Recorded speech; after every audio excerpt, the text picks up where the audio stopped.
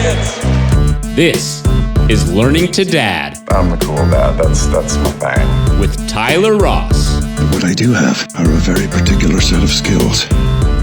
I'm gonna have fun, and you're gonna have fun.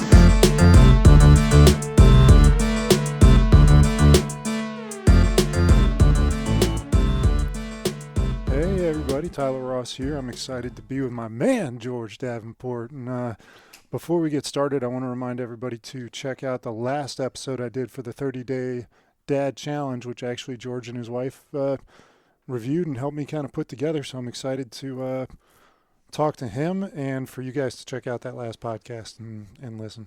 What's up, my man? What's up, sir? How are you? Nice to be here with you. So George is one of my favorite people, and we've only known each other a couple years now, I guess, just from he's my jiu-jitsu instructor and friend, and just recently retired. Congratulations. Thank you very much. And I can't think about you without smiling, Brad, so I feel the same way. Well, thank you, my man. And you got two of the best girls that I've ever met. Your kids are awesome. They're a blessing. Yeah, so I want to talk quick about what we were just talking about, Jump for Valor. Tell me about what that is and when you're doing it. Yeah, it's a cool organization I was able to get roped into. I help out with doing tandem skydives for disabled and wounded veterans. So it's going to be in Tennessee this year, and I'm heading out in a week or so. And on the way back, I'm going to get to ride back on a motorcycle with another nonprofit organization for the same kind of group of people. It's called the Road Warrior Foundation. So that's something people will give money to or sponsor? Yes. Or their website, and they can look up Jump for Valor. Yeah, and I can send it to you when we're done here. Yeah, the Jump for Valor one's cool. My picture's still on the cover of the webpage there. At least my butt is, so if anybody wants to check it out, go I would for it. recognize you, Yes. seeing as you've sat on my head from jiu-jitsu more than once. That's your imprint on there. All right, so the typical arc of this conversation is usually talking about what your professional life is and then transitioning into kind of when you had kids and then now to here. So, like, you were born in New York. Tell me about growing up in New York and your entry into law enforcement. I was actually born in North Carolina. Oh, really? Fort Bragg, North Carolina. My dad was in the Army, but we moved to New York when I was real young. I think I was a year or younger when we moved to New York. We moved to Brooklyn. My dad, actually, he worked at a diner at first, in a restaurant, I believe, and then became a police officer. So my whole childhood, I remember my dad being a cop in New York City. Around high schoolish, before high school, we moved out to Long Island and lived in Long Island until I ended up moving down here. So I grew up kind of in a law enforcement family and had that. Our neighbors, the houses are close to each other in New York, and I could have a conversation with my neighbor through the window, and he worked with my dad, so they were always having parties, and all the parties they had always had other cops, so just that's how I grew up.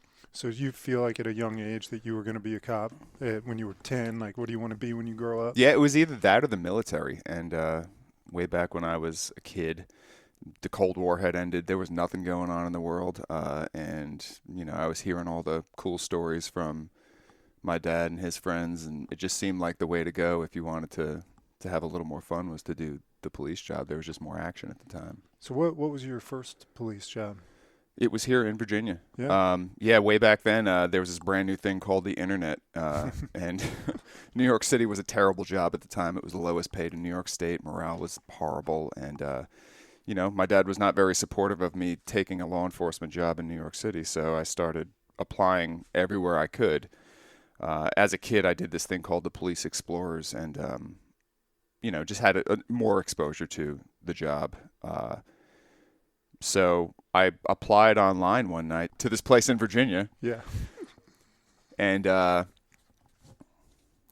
and behold, they called me the next day on the phone and said, "Hey, listen, you're too young," because I was 20 years old at the time, "but come down and take the test for cadet.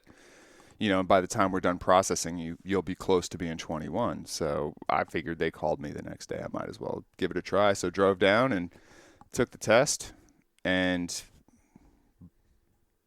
let's see, 2 weeks after I turned 21, I was hired. So I just got hired as a cop, got hired real young. So why this particular area? Were you looking elsewhere?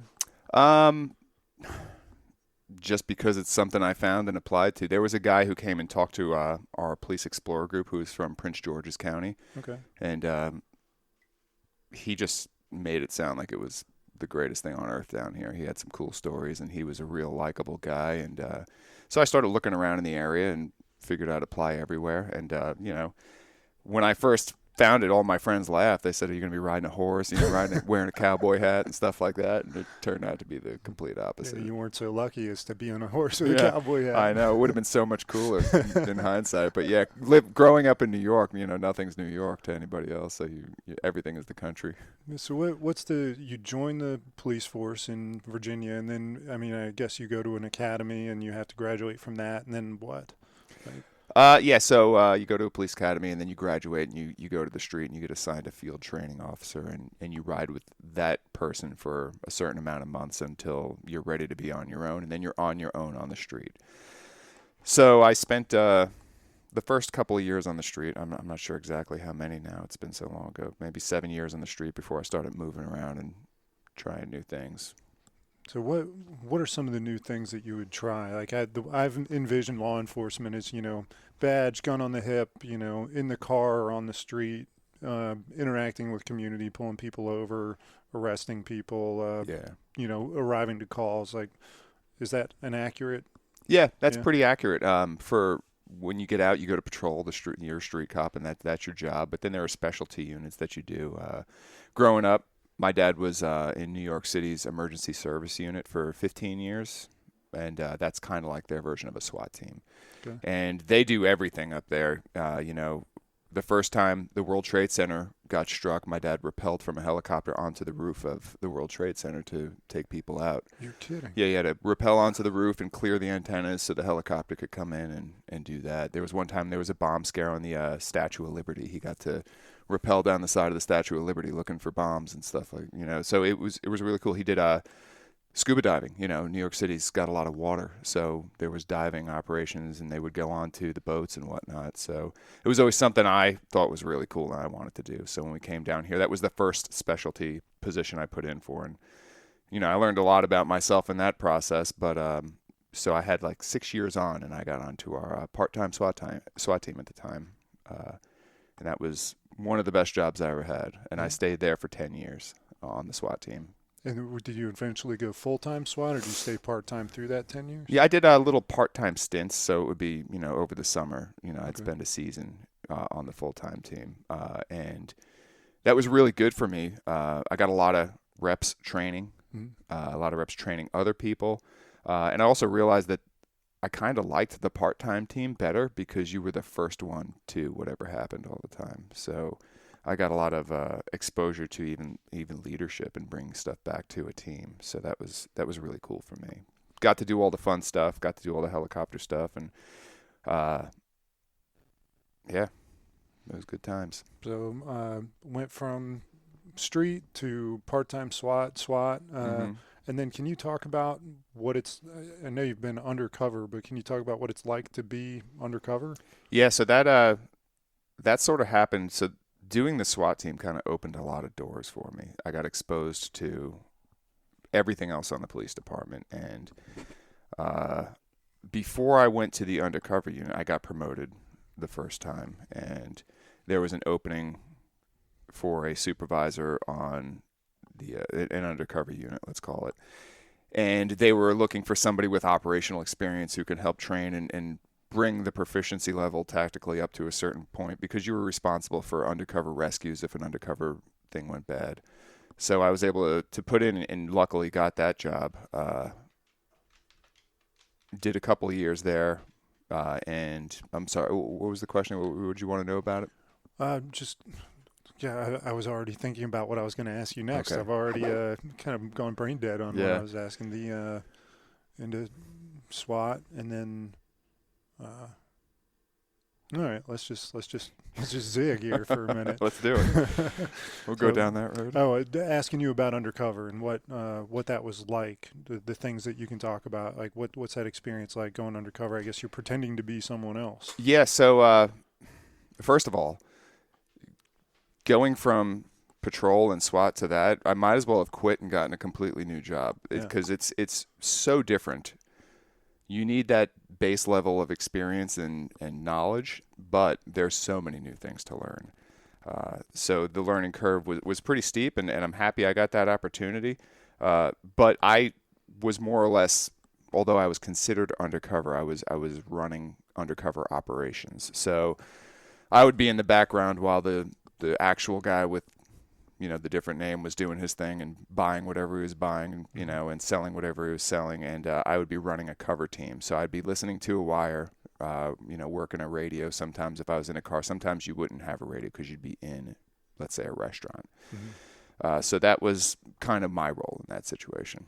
Yeah, and was that something that you enjoyed, or was it just that you're not getting the same kind of satisfaction out of like jumping out of, like rappelling out of helicopters and stuff like that? That's an interesting question. Yeah. No, I think I always enjoyed the operational stuff better. So operational being, the SWAT stuff, blowing things up and rappelling out of the helicopters and stuff like that. That was always more fun. I always liked the operational side of undercover work for different reasons. So the operational side of undercover work being when you were actually doing undercover deals. I liked the busyness of it, where I was listening to the radio, I was listening to the wire, I was moving people around for the cover team, I was, picking up subtle verbal cues on the wire and trying to set things up so the next step was going to be there. I enjoyed the mental part of that, but I like the physical stuff too. Just, me, I like moving, so I like the other stuff maybe a little bit better. So people that know you, and as people listen to this later, they'll realize it'd be easy to accuse you of being an adrenaline junkie. But I don't perceive you that way at all. I feel like it's more the mental thing. So can you talk about the satisfaction that jumping out of an airplane or doing judo or jiu-jitsu or being undercover, what it is about that scratches an itch? Yeah, there's a lot of layers to that. I've talked about it a little bit before. So everybody thinks jumping out of an airplane, for example, is an adrenaline thing, but to me it's the exact opposite. So on the ride up in the airplane, like, you'll never be closer to God, and it's the mental clarity. There's one thing on your mind, everything else disappears, and the stress is all gone. And at the end of a day of that, I just feel refreshed, recharged. There's none of the stress was in my mind because I was thinking about one thing. It's the same thing with jiu-jitsu. When I'm rolling and Tyler Ross is on my back trying to choke me out, there's only one thing on my mind: don't let Tyler Ross choke me out right now. So it's just the clarity, and the people that you meet in these different sports are different than the people that you would meet anywhere else. The people I worked with, I love them for one thing, but I'm probably not as close as I am with some of these other people, which is very interesting. There are people that I'm very close with that I used to work with, but yeah, I don't know. The people that try and choke me out are probably my best friends. Yeah, and just to clarify, anybody that thinks that I took George's back against his will is mistaken. It was only taken because it was given. So I like it when you're on my back. The rare chances I get to be there, I'll take it. Do you find that your perception is similar to others? Did you feel other people are more like they want the adrenaline, they want the action, they want the stakes and the pressure? Are we talking about skydiving here? Or? Work, skydiving, like talking about you, really. Man, yeah, that's a good question. So like the people that I take tandem skydiving, they're there for the adrenaline. They're there for the thrill of it. Then the true believers, let's call it, even jiu-jitsu, like those are the guys that are there for the same reason I'm there. It's hard to find friends that are going to come over and wrestle in my basement for hours on end and then go outside and hop into an ice bath and freeze and kind of have a competition on who can take it the longest. You're not doing it because it's adrenaline. You're doing it because you love it and because of all the other great side effects of it, And one of the great joys of my life was being invited to the basement for the first time. Like it completely makes my week every Sunday when we get to come to your house and do that whole thing. So it's skydiving season, but I look forward to there was a point in time where I didn't realize the basement had its own persona, its own mystique about it, and people were afraid to invite themselves over. It was always kind of an open thing. I've kind of kept it to people that are cool, that I can trust, but yeah, it's definitely grown some legs in a weird way. I feel like I'm on the list. I can just come around the house and walk right into the back. Absolutely. I don't even knock or anything. I feel the dogs know me. It's like I feel very special. Yeah, the dogs are another layer of George there. Yes, indeed. Yeah. Hicks and Gracie. Hickson and right. Gracie. That's perfect. But so I'd imagine, when did you start martial arts during, I mean, I imagine it was influenced by your career at some point, that somebody you were working with was doing it, and so you tried, or were you already interested? I wrestled a little bit in high school, but I always, when I was a kid, it was karate movies were the coolest thing on earth. You had Van Damme and Steven Seagal, and that's who I wanted to be. I always wanted to sign up for a karate class, but we just couldn't afford it as a kid. And I think not being able to do it just built up so much drive that I always wanted to find something. We went to church with a guy who did jiu-jitsu when I was in high school, and it was Japanese jiu-jitsu, so it's not quite the same, but I got introduced to like choking people out, and he was on the search too. In high school, or maybe junior high, I think it was high school, was when UFC 1 came out. We watched UFC 1, and man, I wanted to find Brazilian Jiu-Jitsu so bad. Yeah. So he was on that search, and we found a judo school, and judo was probably the closest thing to Brazilian Jiu-Jitsu back then. Japanese Jiu-Jitsu, not really. And we went there, and just the level that you could train at blew my mind, and I was hooked. Yeah. So I came down here, and when I was in the police academy, I met a guy who had been to the Olympics for judo, and he was a 7-time world Sambo champion, and he was brought in as kind of a contractor to teach certain parts of the police academy. Somehow we hit it off. To this day, we're still best buddies, and I can barely understand him sometimes because he's got such a thick Scottish accent. Scottish guy. Yeah, Scottish guy. Yeah. He was on the Olympic team for them, and so he let me come to his school, and he really took me under his wing. He let me train for free. I don't know why he took a liking to me the way he did, but he did, and I started training judo, and I was going all the time and loved it, and still jiu-jitsu schools just weren't around. Yeah. So moving, it just became really hard to get to judo, and eventually I found a jiu-jitsu school, and let's see, that had to be 14 years ago. Yeah.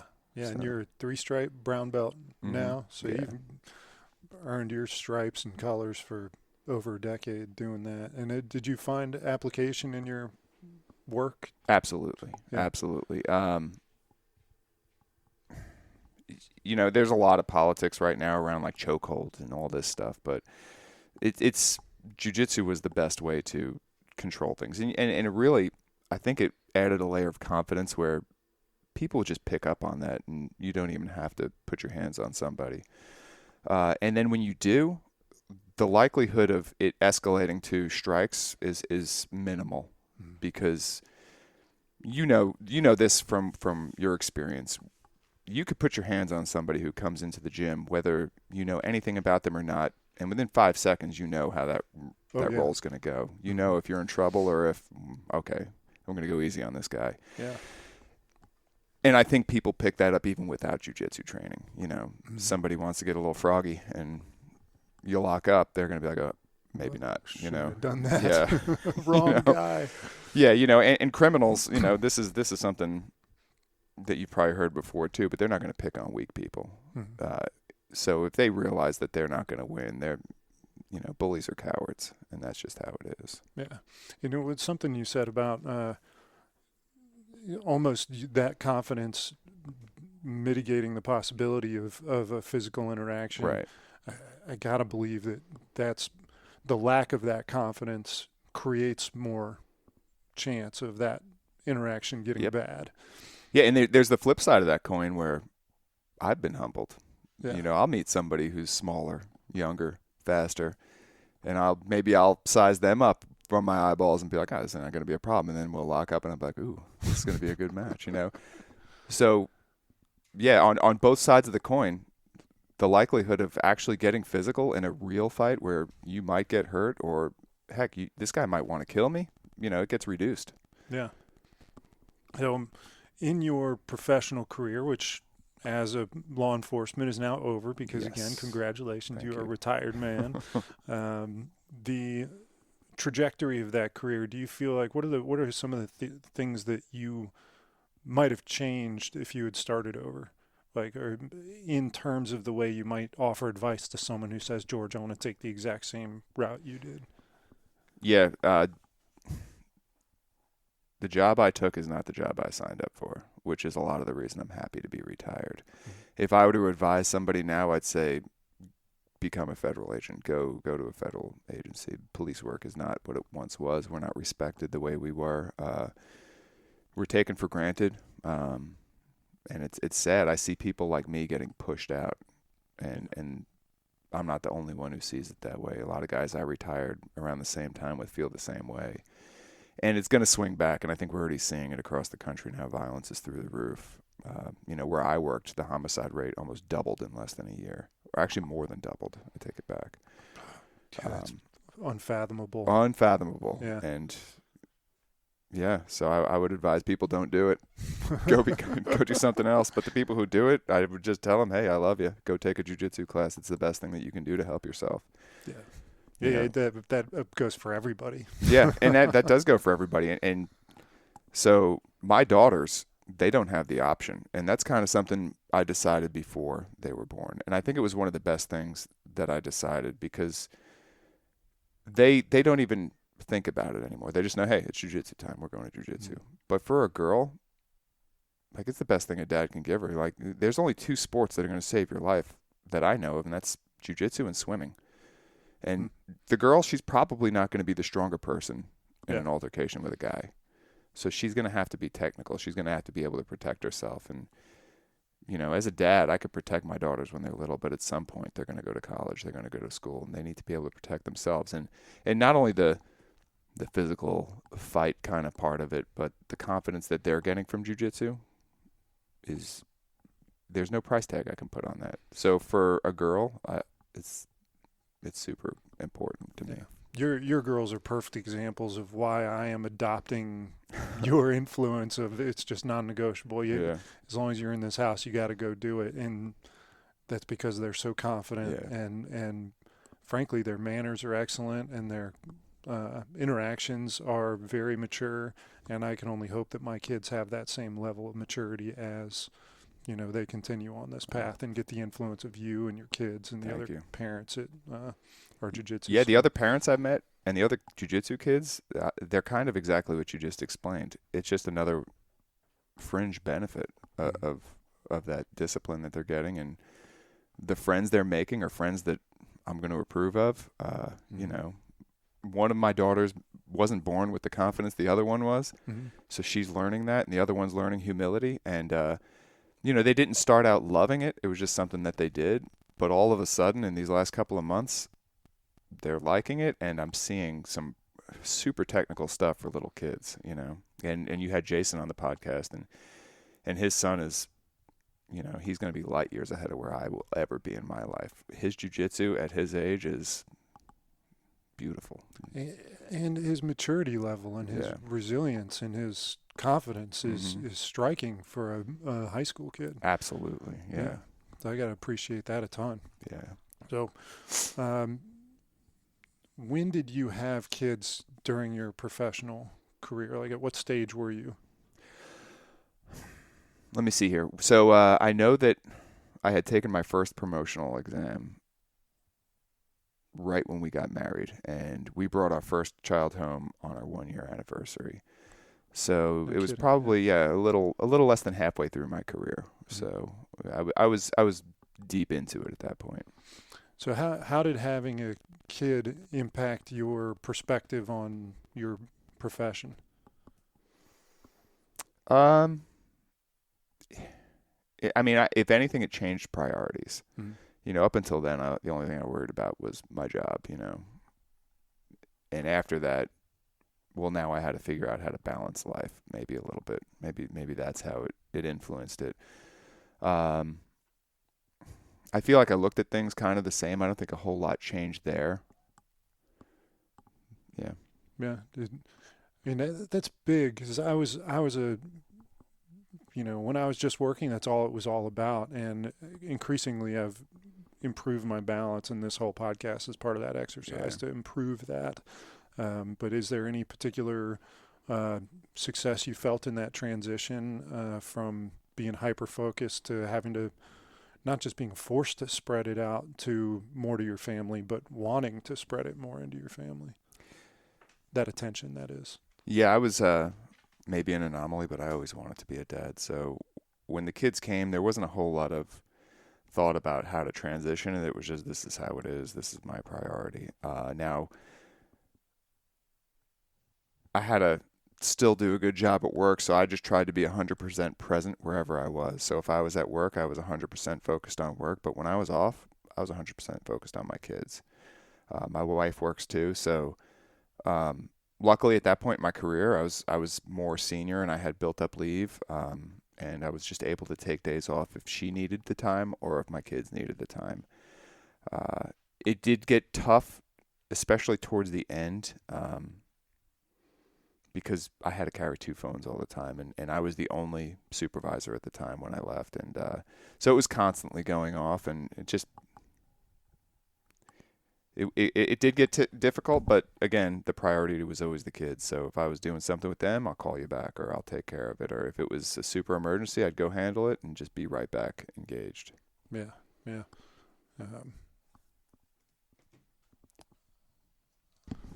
Okay, we're back from a quick little water break. Nice. So so during the break, we were talking about one other thing I changed when we had kids was I stopped drinking completely. And I was never a big drinker. I'd have maybe 1 or 2 drinks, but sometimes, the boys would have a drink or 2, and it was just easier to say I don't drink than to say I'm only going to have 1. So I noticed even 1 drink, if I was up till 2 or 3 in the morning, which was common, I'd be a different kind of person the next day. And not like I'm mean or anything, but just I didn't want to get out of bed, or I'd be like, I'm just going to lay on the couch. That's how I felt. I'd always push myself through, but if I didn't even give myself that option, it just made it easier to be that 100% present husband and dad that I felt I needed to be, and that they deserved. Yeah, I'm 100% with you. If I have just 1 drink, I don't sleep well, which of course impacts the rest of your next day. And I don't know if you're this way, but I've recently observed in myself that I delay my gratification. I want to put the work in, and then I want to enjoy the rewards from it. Like alcohol is like, you drink, then you have fun, and then you pay for it the next day. Yes, you do. And it's not worth it. Yeah. It's backwards to me. Yeah, Matt, as you know, introduced me to Scotch a while back, and now that's my thing. It's not my thing, but even then, like, I won't allow myself what a normal person. I think he says 2 fingers, whatever, in a glass. Like, if I have some, I have less than 1 finger because I don't want that feeling the next day, and it'll take me a half an hour to literally put a drop in my mouth at a time and sit there and enjoy it with a friend. I like the flavor, but to me, it's not worth it feeling like that the next day. Even if I had the 2 fingers, I would feel that, and now I wear, my fitness tracker thing here, and I could see it. I definitely know that there's a metric behind it that the next day my numbers will tell me you cheated. And I want to circle back to your work life, but I want to stay on this for a minute because of the people I know, you're one of the more disciplined people when it comes to when you eat, how you eat, committing yourself to not drinking, to your sleep routine. Can you talk a little bit about if you've always been that kind of disciplined or if you started that at some point? Yeah, I've always been disciplined, but I don't know how it started. It's definitely grown. Even my wife on Saturday, she was telling some of her other friends she doesn't know where I come from because, it's not like any of my siblings are like this. I just found my quality of life, the more disciplined I was, got better.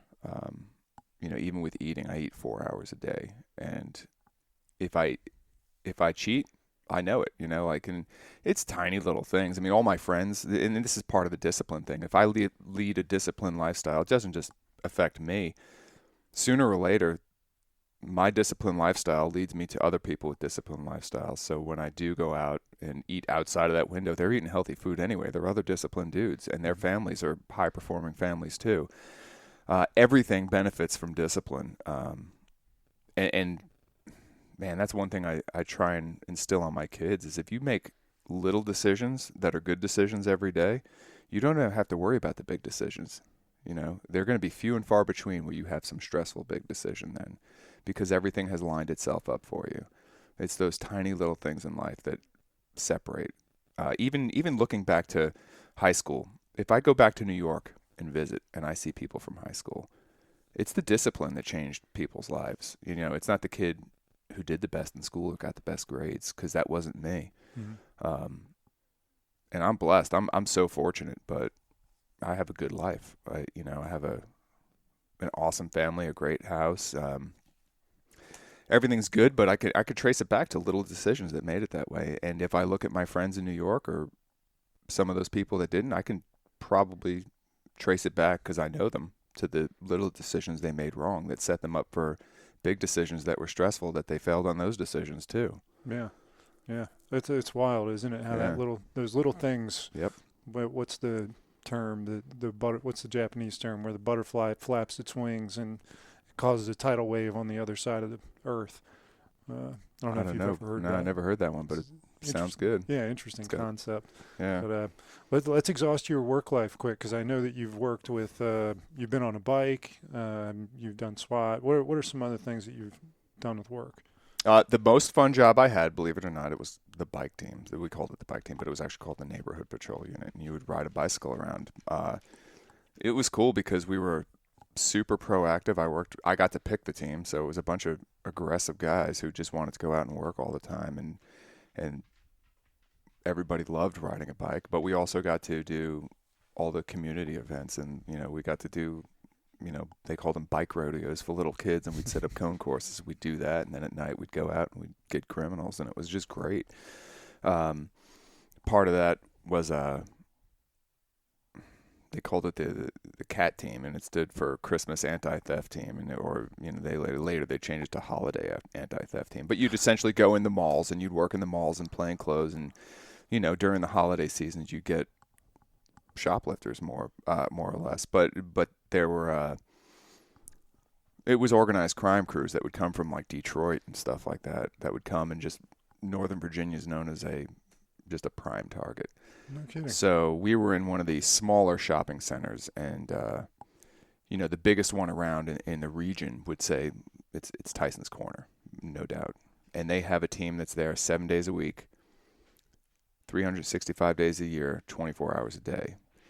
And we came within like $2,000 or $3,000 worth of value from beating them, our team, because they were such a squared away team.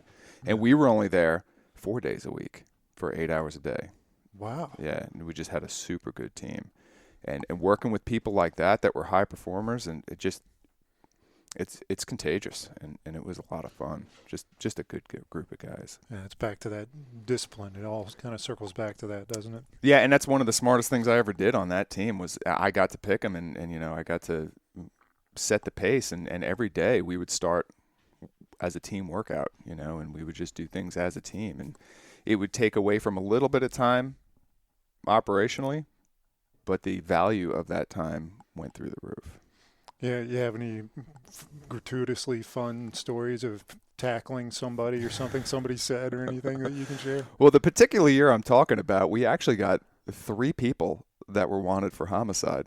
Whoa. Just from our interactions, just from meeting and talking to people or seeing something weird and going and doing that. Just the crazy stuff you see.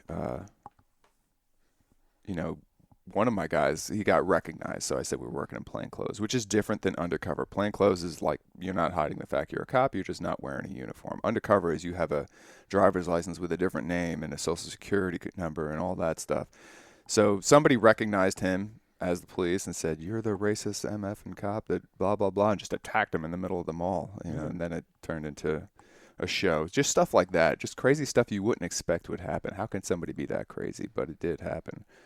Yeah, one of the things that I enjoy participating in is being helpful when it comes to, or helpful, I don't know, or at least supportive of cops in their role as a community leader. Is, having a good relationship with the community. We do a Boys and Girls Club event, and we always try to get the county and the town guys there, and the sheriff and the chief if they're available. And it's like, here's a room of 70 kids. Let's have a good experience with the police officers here in hopes that cultivates throughout their life, and there's a mutual respect.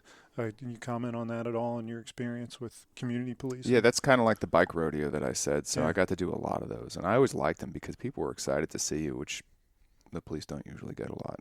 Yeah. You know, and at first, a lot of younger guys don't want to do that because that's all the fluffy stuff, and I want to go out there and, you know, do the other stuff. But I found that was just a great way to meet the people that support you, and they support you not only in that, but sometimes they'll tell you something that you wouldn't have seen before. You know, I learned just as much from them as I do from anybody else, and it was fun. I mean, yeah. Yeah, the way people will approach a military person, say thank you for your service. My wife grew up being taught to always wave to police, and she's teaching our kids to always wave to police officers when they see them. So there are some neighborhoods that don't do that. They'll be waving for another reason, giving everybody the "hey, look who's coming" sort of signal. Yeah, part of doing that. You know, we said we used to work out every day.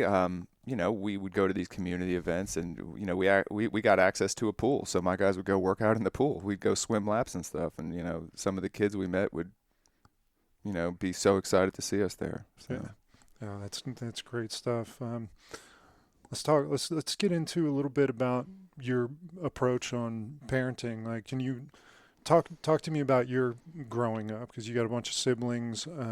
Your dad was a New York City cop. Yeah. What'd your mom do? My mom was mostly a stay-at-home mom. She was a waitress for a while, and she worked jobs here and there. But yeah. So what? How many siblings do you have? Three siblings. So New York City living expenses on a New York City cop's wage with 4 kids and a stay-at-home wife. Can you talk about that kind of growing up versus maybe the compared to the way your kids are growing up? Yeah, I always tell people my kids are growing up on a different planet than I did. And I don't want to make it sound like I had hardships as a kid, because I don't think I did. I had amazing parents, and I grew up in a pretty strong Christian family. That was a cornerstone of my upbringing. Was our faith, and we had what me and you experienced at jiu-jitsu. That was our church group. We would go on vacations with them. We were always together. So growing up, working was just expected of me. I think since I was like 11 years old, I've had a job up until real recently, and I kind of still have a job. So I'm trying to duplicate that with my kids. Faith is still a big part of my life. We still are. You know, every week we're at church. My kids have jobs, and they're 12 and 10. So my 10-year-old, you know, my job now is pretty much the skydiving. On the weekends, we go out there and I teach skydiving. So I do tandem, and then I work to get people their skydiving licenses, which is more of a game for me, but there's a little bit of money involved, I guess. So my older daughter, she's 12, and she is now the video editor. So she's hung around and been around enough, so she's fairly competent with computers, and now she edits the videos, and this is the first year her doing it kind of full time, and she's doing a great job. The videos are looking great. My younger daughter kind of sells the snacks and the drinks and stuff like that, so they're responsible for that, and I'm hoping that they're learning some responsibility with money. They're making their own money. She's restocking the snacks with her money. We got them bank accounts, so hopefully they're learning the value of $1. Now that's really hard because, like I said, they're growing up in a different planet than I was. I mean, we're doing all right. So they still, I don't know if they're feeling the urgency of what that dollar means, but I'm trying. So you have I think you have a natural inclination, and maybe it's cultivated or it's a natural ability to teach. Because you teach jiu-jitsu, you taught in your work, as a parent, you take the role of teacher very seriously. So teaching people how to skydive, talk to me about, do you feel like that's something that you've always been a leader in that sense, or that you find yourself just naturally a teacher?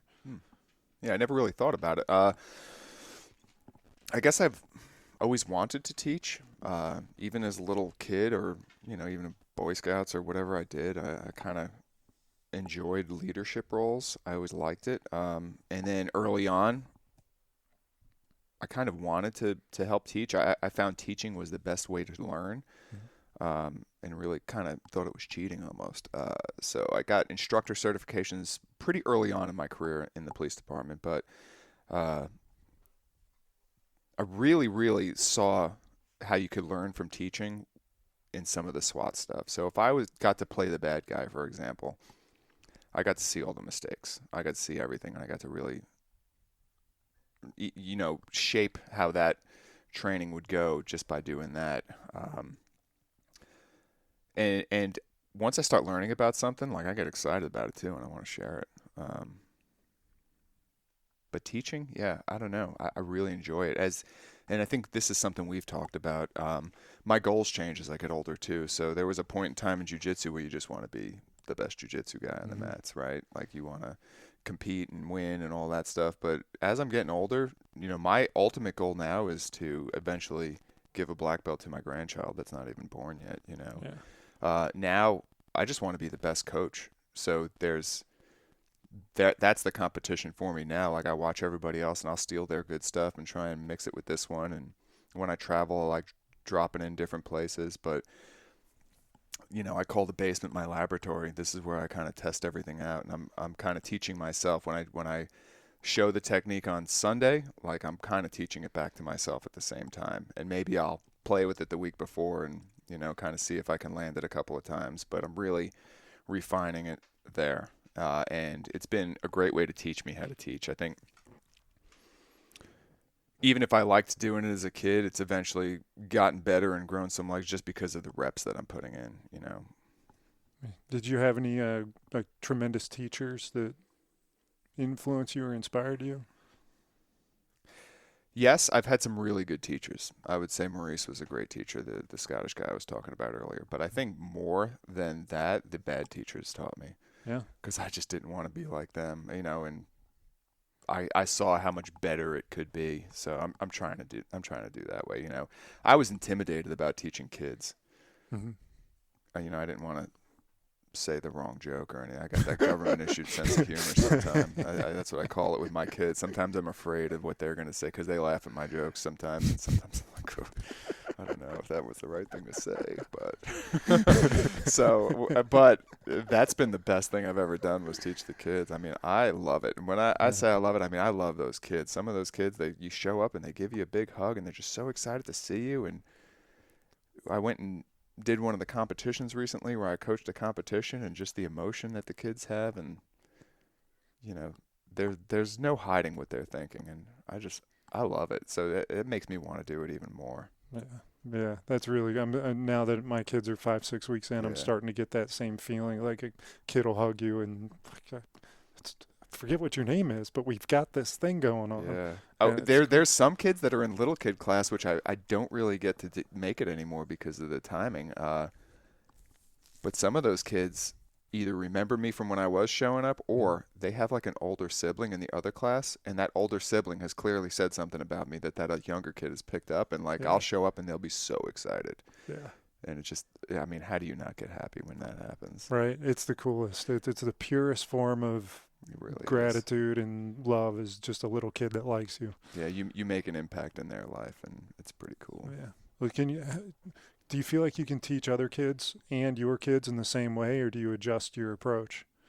Everybody gets taught a different way, and so there's two different sides of the mat. It goes from little kids to the big kids, and the jokes I tell in the big kid side of class, and maybe some of the things some of the words I throw out there to make stick in their head are different. And it's not like I'm not dropping any dirty words or anything, but there's a different level of maturity to the jokes, and it's different on the other end. The way I talk to each one of my kids is different, because there's just different things that they're going to pick up on. So I try and really tailor it to the kid. And when you meet a kid, you're doing it just based off of a feeling, and maybe their age. But as I get to know these kids, now we have our own specific language that we talk with each other. And, Jason breaks up the kids into different groups. Each group has their own little thing that I'll do for them. So it's just funny how that happens intuitively too. But, and they all get the jokes right away now. Like, I'll look at them a certain way and some of them will just start laughing, they're a lot of the reason this mustache is here right now. They just want to see different things. So some of them want the beard back, some of them want a mustache. So The best was the big Christmas beard who dyed white. Yep. That was fantastic. That was all for the kids, curly yeah. mustache. I think it was partly for you too. Yeah, I mean, okay, so there's a perfect It example. felt like it was for me also. I prepped that Christmas joke for 4 months. I had to grow that beard, and I don't like a beard at all. It's filthy, especially when you're rolling with other dudes and you're getting their boogers caught in it. Is this you or is this me? But those kids wanted to see a beard, and I was like, oh, I'm going to do even better. I'm going to be Santa Claus. So. That was fantastic. I find now that I've coached middle school girls basketball, I've coached JV high school basketball, I've coached t-ball, and I've now jiu-jitsu with the little kids. And I coached my little sister at one point, which we're 15 years apart, whatever it is. So it felt like almost coaching a kid. And I made a lot of mistakes that coaching her, if not from the court, from the bleachers. And I'm trying to unwind.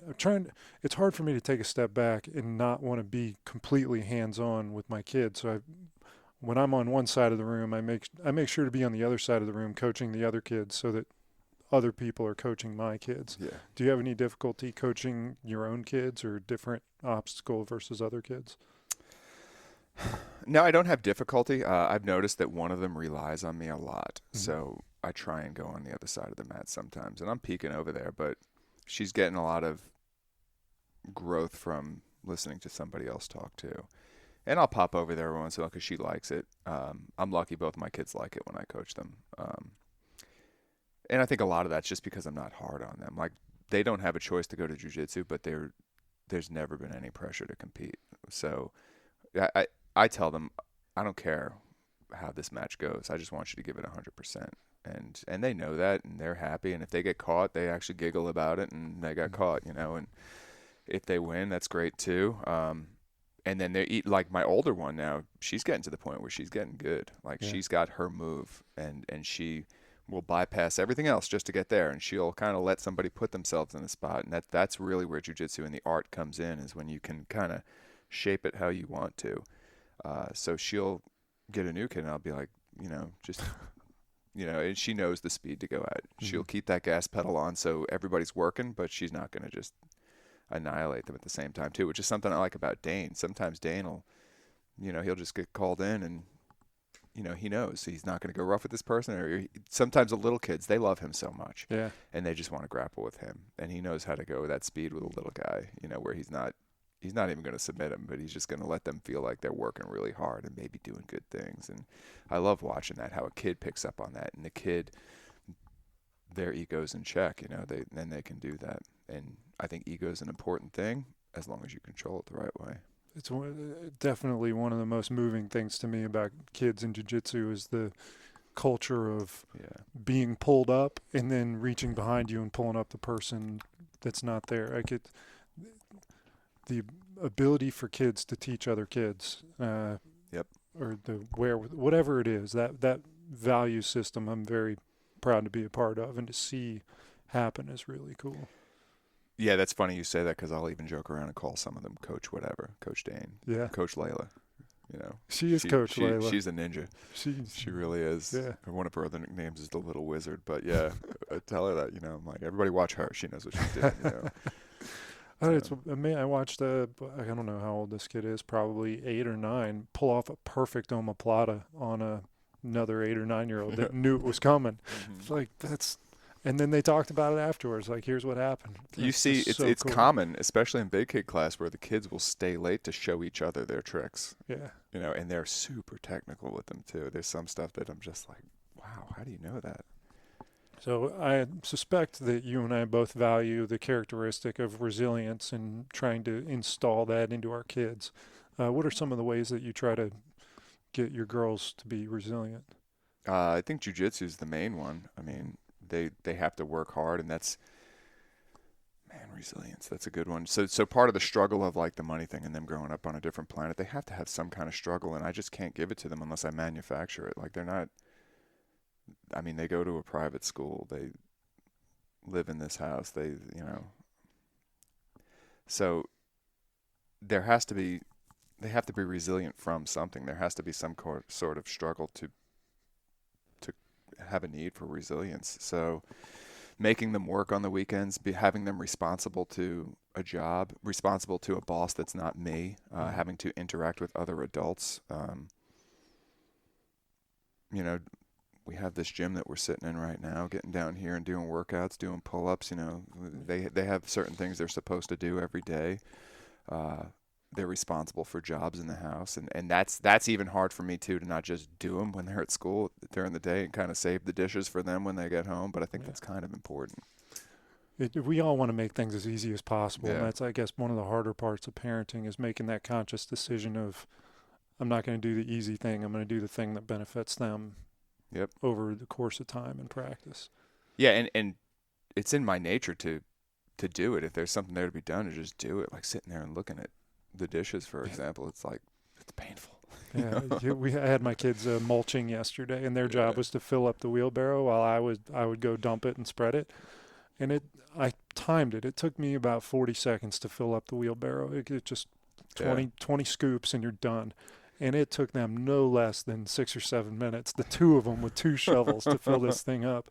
And it would have been so much easier to just do it. And they complained the whole time. And we did 10 loads.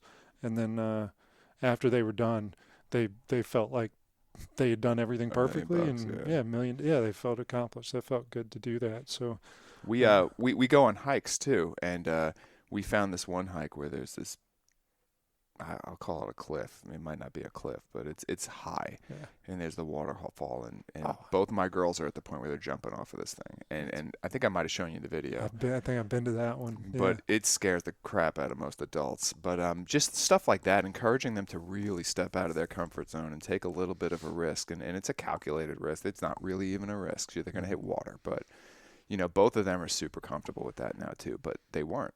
And, you know, one of them especially was like, I don't know about this, but she'll surprise me every time, you know, and every time she's just building that confidence, and hopefully it's resilience, and hopefully it's a transferable skill, you know, where they're going to want to be successful in life in other places too. And maybe that'll transfer to school and maybe a job someday, and build a little bit of a work ethic and a little bit of grit, you know, pushing them on that trail, maybe just a little bit beyond their comfort zone, you know. Mm-hmm.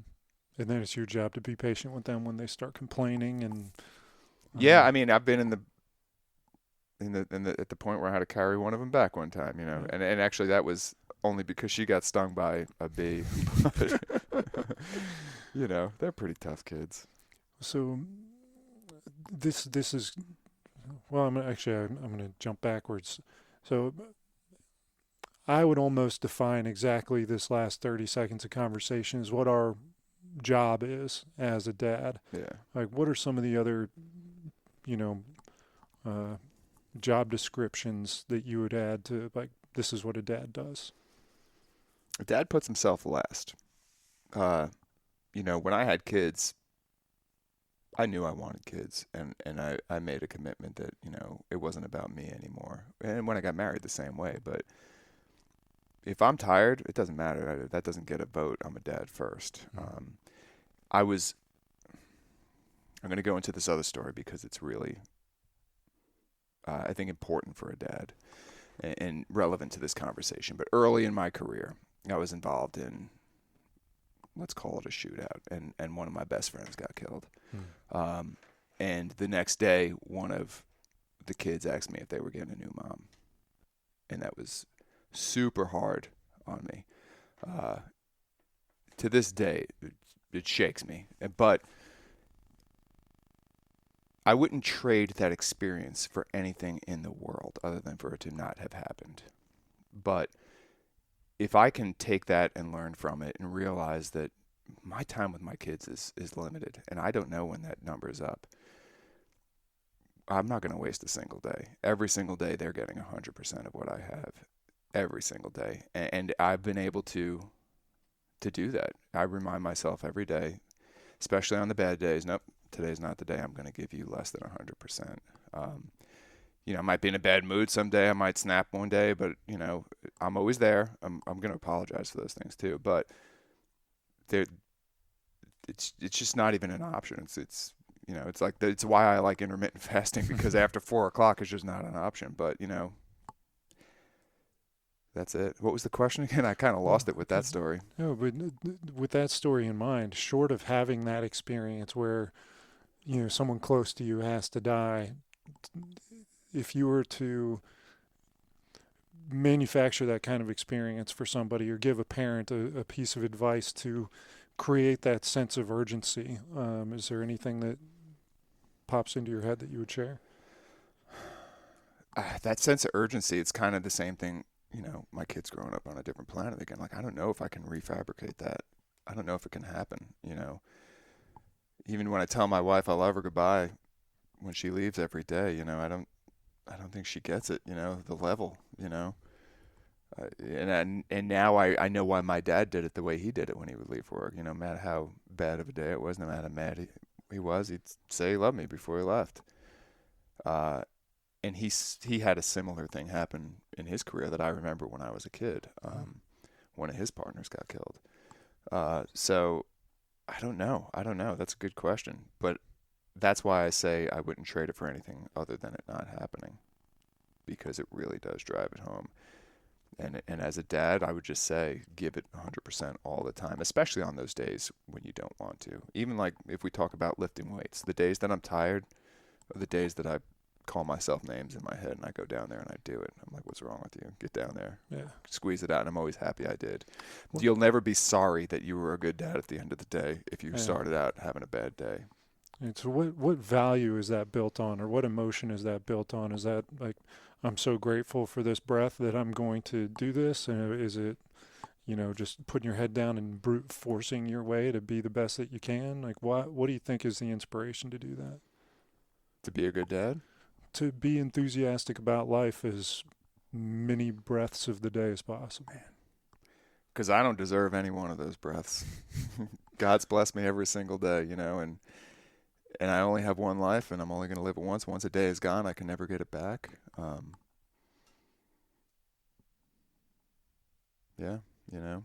I see that. I've seen that in my life, and that little kid that said that to me, I'm still friends with that little kid to this day. Mm-hmm. And I've watched that life grow, and I think about how many summers that person wasn't there for them. Mm-hmm. And, if I can change stuff like that now, if something happens to me tomorrow, I don't want my kids ever remembering a bad day with me. Yeah, I mean, I'm forgetting the questions as I go start talking about this stuff because there's so much going on in my head right now, but... Yeah, I'm drawn into what's going on in your head, so I'm forgetting the questions also. So what's something like you? I always wanted to be a dad. Like there's notes of me from middle school of like can't wait to be a dad type of stuff. And so how do you think that you have improved as a dad over the last 10, 12 years? I think just like with coaching, I think putting myself in those situations, maybe coaching has helped me become a better dad. Being around a bunch of different kids and learning how to communicate to each one of them individually all relates back to how I can communicate to my kids. Putting my kids in a little bit of struggle, like giving them a job, they each have their responsibilities and how they're growing has kind of helped me.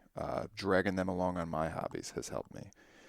My 12-year-old has been a scuba diver for 2 years now, and my 10-year-old's about to become one because 10 is the youngest that you can get certified, which is something I did when I was 9 or 10 years old. Yeah. They've been deep sea fishing a bunch of times, and bringing them and doing stuff with them and seeing how they react, and then learning how to deal with it better next time. It's another thing that carries over from my job, maybe. One thing I tried to bring to the undercover jobs that wasn't there was something the SWAT team had, was like critical debriefs. Like, okay, there's no rank here. We're going to talk about what just happened. Even if it went good, there's always a mistake and always a way it can get better. And I try to, at night, every single day, kind of do that with my day. And there's always something I can do better. There's always, especially as a dad, there's always something I can do better. I'll think about it, and maybe I'll readdress it the next day with them too. I'll be like, hey, I just want to, yesterday, let's talk about blah, blah, blah, whatever. Is that like a daily practice? So like, do you journal, or is it part of prayer? Or I would say more it's a part of prayer and a part of just thought. I don't journal, and I don't think it's a bad idea. I just don't do it. Most of my good thinking happens as I'm laying there for 3 hours in bed trying to fall asleep. So, but a lot of it, I'll think about it a lot and talk about it. And I'm with my kids a lot now, so I drive them to school every day. I pick them up from school every day, and on the weekends we have a hour and 10 or 15 minute drive to and from the drop zone, and so we just talk. Yeah. It's kind of funny. We also listen to music, so I'll sometimes go into my daughter's room and they're listening to the same stuff I was listening to when I was their age. So it's hilarious. They got my CDs that they inherited. So do you find that because I know you and maybe people are picking up on this since we've been speaking, that your kids do almost everything that you do, that they're with you all the time doing stuff. So see if I can figure out how to ask the question. One question is, like, how do you balance bringing them along with the things that you want to do that ultimately they enjoy doing versus the things that they want to do that you might not enjoy doing? I think I'm lucky because all the things I want to do were the same things I wanted to do when I was a kid. Yeah. I'm just a big kid. Yeah. So they have a blast doing it and they want to do it more. And I find that they're just asking me if their friends can come now. And that's really the only difference. Cool. My kids are too young to skydive, but they come skydiving with me every weekend. Yeah. They're learning how to pack parachutes. They're learning how to work the computers. They're learning the business side of it. But we got this cool thing called iFly not so far from the house, and my kids can skydive better than most skydivers. Like, they come there with me when I go there, and they do that. And when we go hiking, we're doing fun hikes where they go swimming in some mountain, spring-fed river or something, or stream or whatever it is. But when we go down and go deep sea fishing, I mean, they have a blast. How old were they when you started being able to include them, or did you always do that? Sort of always. Obviously, I couldn't take them to a drop zone and go up in an airplane and leave them on the ground, so I just didn't skydive those years. Oh, okay. I had a little break. Still went, though? If I went, it was just to stay current. Mm-hmm. I didn't really, I wasn't doing it the way I do it now, or the way even it should be done. But it's something I wanted to keep in my life. I knew it was circling back at some point. And what was the question again? I'm sorry. Oh, let's ask a different one. because they're doing so much and spending so much time with you, like, are there things about you or your life that you're weary about sharing or passing on? Like, are there traits that you have that you're kind of like, I see this kind of naturally ingrained in them, and I think they might be better off without it? Yeah. Okay. I would say my dark sense of humor, that government-issued sense of humor. It's dark, it's dry, and they've been around me and my friends so much that I think they might have picked up a little bit of it. So sometimes they'll tell a joke, and adults will be like, whoa, that was really funny in a weird way, So sometimes I don't want them to say it to their other friends. And they're not saying dirty words, but they're just... Sometimes it's an adult level sense of humor, let's say. I don't know. It could be good. It could be bad, but maybe they're a little young for it now. But like I've said earlier, I stopped drinking when they were born. I kind of changed my life so there wasn't going to be a whole lot of that stuff around them. Mm-hmm. When my first was born, she'd be in the rear-facing car seat that pops out, the carrier. Oh, yeah. And she'd be on the corner of the mats taking a nap or sleeping, or she'd be crawling around the mats while we were doing jiu-jitsu. So it's just something that's always been there. Mm-hmm. Yeah. So how about traits of yours that you see in them or that you really enjoy passing along? Man, that I see in them. I mean, at the same time that I said it might be a bad one, the sense of humor. I love that I can joke around with them. I love their sense of music. They listen to really good music. I like how they're personable. One of the other benefits of, like, let's say skydiving and jiu-jitsu is my job, my career made me think that maybe I wasn't a people person at times. Like, I just got tired of dealing with people because it was never a happy place that I was meeting them at. If you call the police, it's probably not because you're having a good day. Yeah. So being able to go and mingle with people that want to see you, that are paying to be there, that want to, I'm taking you skydiving, like, you probably like me, Mm-hmm. It's been great. I realize, hey, maybe I am a people person. I like talking to people, and seeing my kids in that environment is really cool. My wife came out, she had a friend that went skydiving with me on Saturday, and she got to see my daughters interacting with adults and people, and she we had a conversation about it afterwards, and she was really impressed with them. You know, they're walking around, they're mingling, they're talking. People are enjoying their conversation with my kids, and a 10 and a 12-year-old, I think that's a skill. You know, that's something that they're going to carry into life and hopefully serve them well. Yeah, being likable is so important. Yeah, for sure. If you're likable, people will take you. People have taken you under their wing, like the Scottish fella, and others, and like they'll do the same for your kids because they're likable. You ever get burned out as a parent or at work? At work, I definitely did. Yeah. Never as a parent. Parent's something I always wanted to do, and I've never found it to be a job or to be taxing. It's kind of my happy place.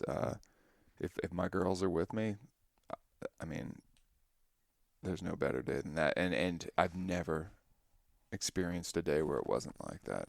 Yeah. My grandfather died about I want to say 18 months ago, and he lived to 94, 95.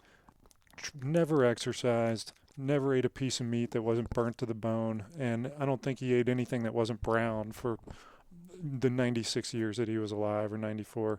And we always attributed his long, healthy life. He smoked, and he had half a lung. Wow. He treated himself more or less like, and he was a traveling salesman, so he was sitting constantly. But we attributed his longevity to never carrying any stress at all. He was never worried about anything. Yeah. And you have that. I've never perceived you to be worried about something or preoccupied. I mean, do you find that you carry any stress or that you're anxious about anything? Surprisingly, I don't carry a lot of stress, and I think a lot of that might go back to that incident I talked about earlier. You know, once you experience something that bad, you learn like some things just don't matter, and it's not worth sweating about.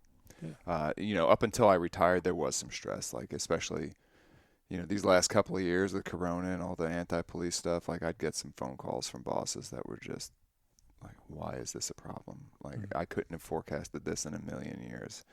But no, I don't really carry a whole lot of stress. And I try to maybe, you know, say to other people, even my wife, like, hey, don't stress about it. It's not a big deal. You know, why are we worried about this? But yeah, I maybe that's just something I'm lucky with, but I try not to carry a lot of stress. And I realize that if it's not something that's going to matter in 5 years from now, then it's not worth worrying about. Do you find your kids having stressful moments and you trying to teach that out of them? Yeah, one more than the other, you know. Yeah. And I'll tell her like, hey, who's in charge of your emotions? Mm-hmm. You know, and she knows the answer is me. You know, I am. So, you know, hopefully, I don't know. Hopefully we can start working through that, and I think she has. You know, but yeah, you know, don't worry about that. Is it a big deal? Am I mad at you? No, I'm not mad at you. So don't be mad at yourself. It's okay. Yeah, what other characteristics do you hope that your kids have that you want to instill in them as they grow up? I want them to be hard workers. I want them to have grit. I want them to have some perseverance. You know, I want them. They're both pretty caring individuals right now. I want them to have a big heart. You know, I want them to have humility, and commitment. I want them to be good leaders. I want them to be good teachers. You know, ultimately, if I'm going to be a grandparent someday, those are going to be things that are going to serve them well as a parent. Mm-hmm. So, anything in particular? You talk about grandkids, but like let's wind that clock back a little bit. What are you excited about? Yeah, right. What are you excited about to participate with your kids? I'm sure skydiving's one of them, as they're old enough to do that. But yeah, that's one of them. So my older daughter just found out she can get a waiver. She's not going to have to be 18, so that's really cool. But anything I do, or anything they want to do, something that I'm excited about to do with them. You're saying? I was never an artist. One of my daughters is an artist. I'm super excited about her art. Yeah. Like I let her draw on me, or you know, whatever she wants, but she just comes up with some amazing stuff. I'm excited about being around them. I'm excited to see what they are becoming.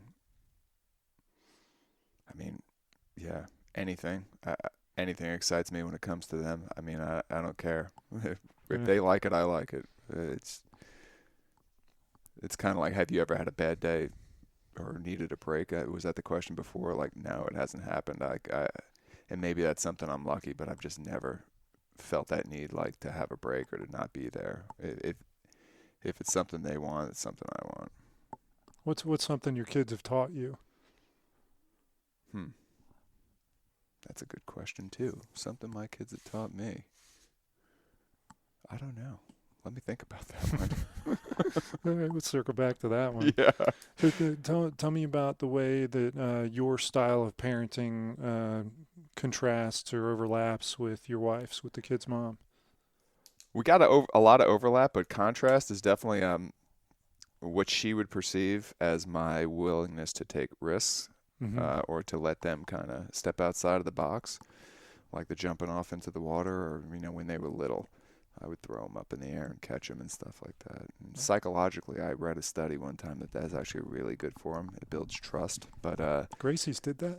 Yeah, stuff like that. Maybe that's where I got. I don't know, but stuff like that. Like last year my daughter got to fly the airplane that I jumped out of, which was really cool. I thought for a young kid that was an awesome experience, and I didn't think twice about it. Yeah. And she's like, I don't know if that's a good idea. I'm like, she's strapped into the airplane, the pilot's right next to her, but she literally held the controls and pulled back, and she took off the air, and landed, and got to take a couple of flights like that. And my kids have, again, a different planet, different experiences than I did, and for their ages, they've done more than most adults have had, and they have a sense of adventure like nobody else. Yeah. Except maybe their dad. But I had that when I was, my dad was taking me scuba diving, and we were doing all sorts of crazy stuff. So I don't know. I love it, spearfishing, and that's the next thing I got to do is start free diving and spearfishing. And we're going to take a trip with your friend and do that. So that would be awesome. And checking that off the box. I know by the time we do that, you will have trained yourself to hold your breath for like 5 minutes. Yeah, this sounds funny. On the way to work, I used to have this app on my phone, it was called an apnea app, but it was to learn how to hold your breath longer. So I would be practicing holding my breath while I drove to work. You pass out Probably on not the best idea. But I've been doing that Hickson breathing lately, trying to learn how to do that. I hope maybe that'll help. I don't know. But we'll do the Wim Hof and the Tom Cruise Mission Impossible Navy SEAL program to figure it out. What's something that was unexpected of fatherhood, something you didn't see coming? I mean, off the top of my head, it was how much I was going to love my kids. I mean, I always knew I was going to love my kids, but it was the very instant I saw my daughter for the first time, I knew something was different. Yeah. I loved that being more than I've ever loved anything or even thought was possible to love something. The next breath I took didn't matter. It was the next breath she took, and I mean, unless you're a dad, I don't think you understand it. And unless you're me, I don't think you understand it, because I think I love my kids more than anybody loves their kids. And I'm sure a lot of people think that way, but I'm the only one that's right. I don't want to say my kids are my best friends, because I don't think that's a good way to put it, because I'm their dad first, and it's not my job to be their best friend. Mm-hmm. Having said that, they're my best friends. Like I said, I don't go anywhere without them. There was a couple of times my wife was just busy, not able to do it, and we took vacations by ourselves. Me and the girls loaded up my parents' camper and trailered that thing down to Florida and stopped on the way there and back, and we took a week and a half vacation on our own, and they were pretty young. I mean, but we did it, and we had a blast, man. It was just me and them on the road and there was no other adult interaction other than buying them dinner or anything. Yeah. And we went on fishing trips, and we went, we took this little rafting trip down a river where the manatees were, and it was just so much fun. And from a little age, that's what we did. And they're the only people I want to be around. That you showing me pictures of that trip and talking about that trip is so inspiring to me. Like our relationship, yours and mine, has improved my perspective on being a dad and the relationship I have with my kids. 100%. You get some level of credit for that, most definitely. Yeah, if I think about the whole, what is this going to matter in 5 years? There's very little things that are going to matter in 5 years. But not only are my kids going to matter in 5 years, they're going to matter till the day I die, if it's 50 years from now. Yeah. And those cool things that we do together, that's going to last a lifetime. Those pictures, even if they don't remember it because they were that young, I will. And there were trips I took when my younger daughter was 1 year old where I was just like, let's go. And I took a 1 year old and a 3-year-old with me, and we went, Yeah. But I'm blessed to be able to say that, like, that's all that mattered to me. Yeah. When my daughter came out and I fell in love with her the way that I did that instant, like, I mean it. Like, that they're the only people. If they're not there, I don't want to go. There was one time, this is how much I love my kids. I had to go to a work trip, and it was in, I forget, Arizona or something. It was far away. And then immediately after, we had to go to Texas for a wedding, and we were only going to go for a day for this Texas wedding because I don't like being away from my kids. But I literally had the option to fly to Texas because it was the day that I got out of class. I flew home to see them for a half an hour, got back on a plane, and flew down to Texas because that's how much I miss my kids. Yeah. I don't do a lot because I don't want to leave my house and miss my kids. Go. Yeah. Yeah. Lots of times people ask me to do something. I'll be like, can my kids come? Yeah. Yeah. That's awesome. That's the first thing that'll come out of my mouth. So, yeah. I know the answer to this question already, but I'm interested to hear you express it. It goes back to what you said a minute ago. No one loves their kids more than you love your kids. Do you think it is possible for children to love their parents as much as their parents love them? I don't think so. Yeah. And, I used to, before I had kids, when I was a little kid, I remember thinking that same question. Like, I could never love anybody the way I want to love my mom and dad. Mm-hmm. No, I don't think so anymore. Yeah, that's one. The depth of emotion is something that people that can't or have chosen not to have kids are missing. Yeah. Is that level of love or concern or whatever the emotion is, it cranks to another level. We have this fight sometimes, me and the kids. I love you more. No, I love you more. And I'm like, no, you don't. Yeah, when you're 100% responsible for that child too, like, I don't know. It's something different. Yeah, it truly is. I can remember them starting to walk, and like they would literally stand in between my leg as I was walking too. And like my hands were just right here, just it's just every little step. Nothing else mattered. I was looking here, Yeah. I miss my kids, man. Where are our kids right seriously. now? Well, with how much we love our kids and having to elevate preparing them for life over just giving them absolutely everything that they want. How do you feel about discipline and punishment and things like that? Man, it's such a hard balance because that's the part that isn't fun, but I think is necessary. 100% necessarily. And I mean, going back to being a Christian, like it's all in the Bible. You need to discipline your kids. And that's why I was saying the whole they're not my best friend talk, but they are my best friend talk. Like my first job is to prepare them for life, and that's why they're in jiu-jitsu, and that's why they're doing all this. If they mess up, then there's consequences, and sometimes it might not be the biggest thing in the world, and I got to almost put on an acting job. Be like, okay, I'm mad right now. And have that stern talk with them, and that's something that takes reps too. You got to practice.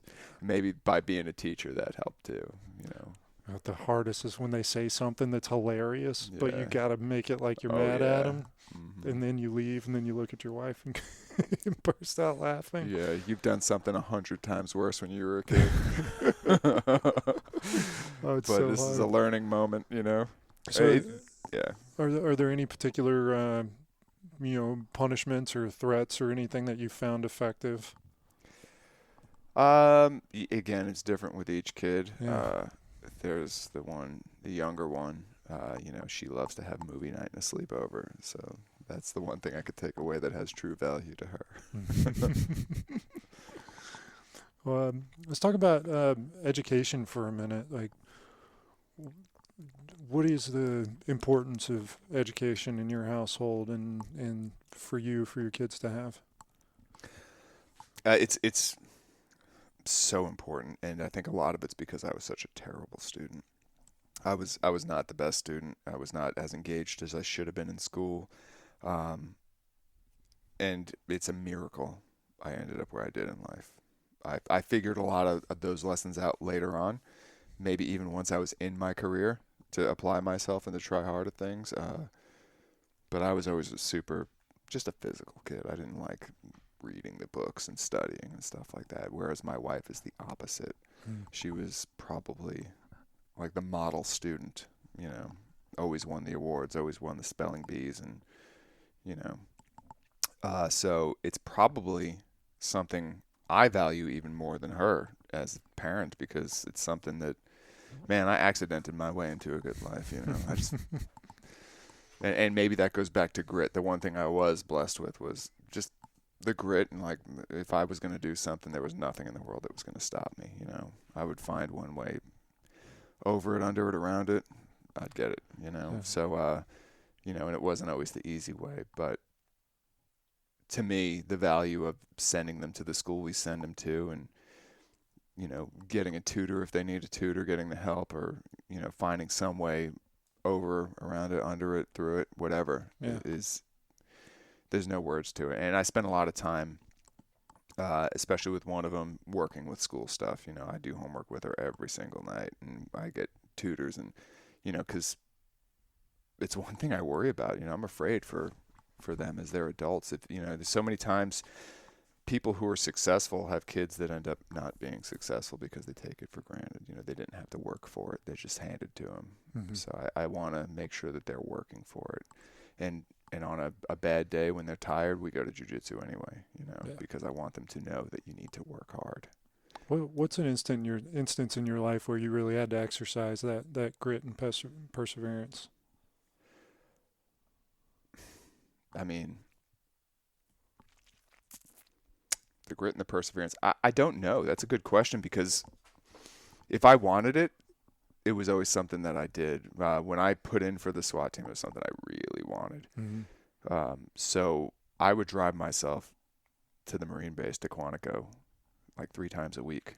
And it's like an 1.5-hour drive just to practice the obstacle course.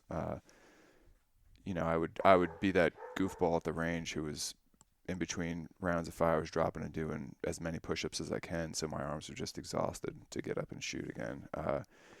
So there was that.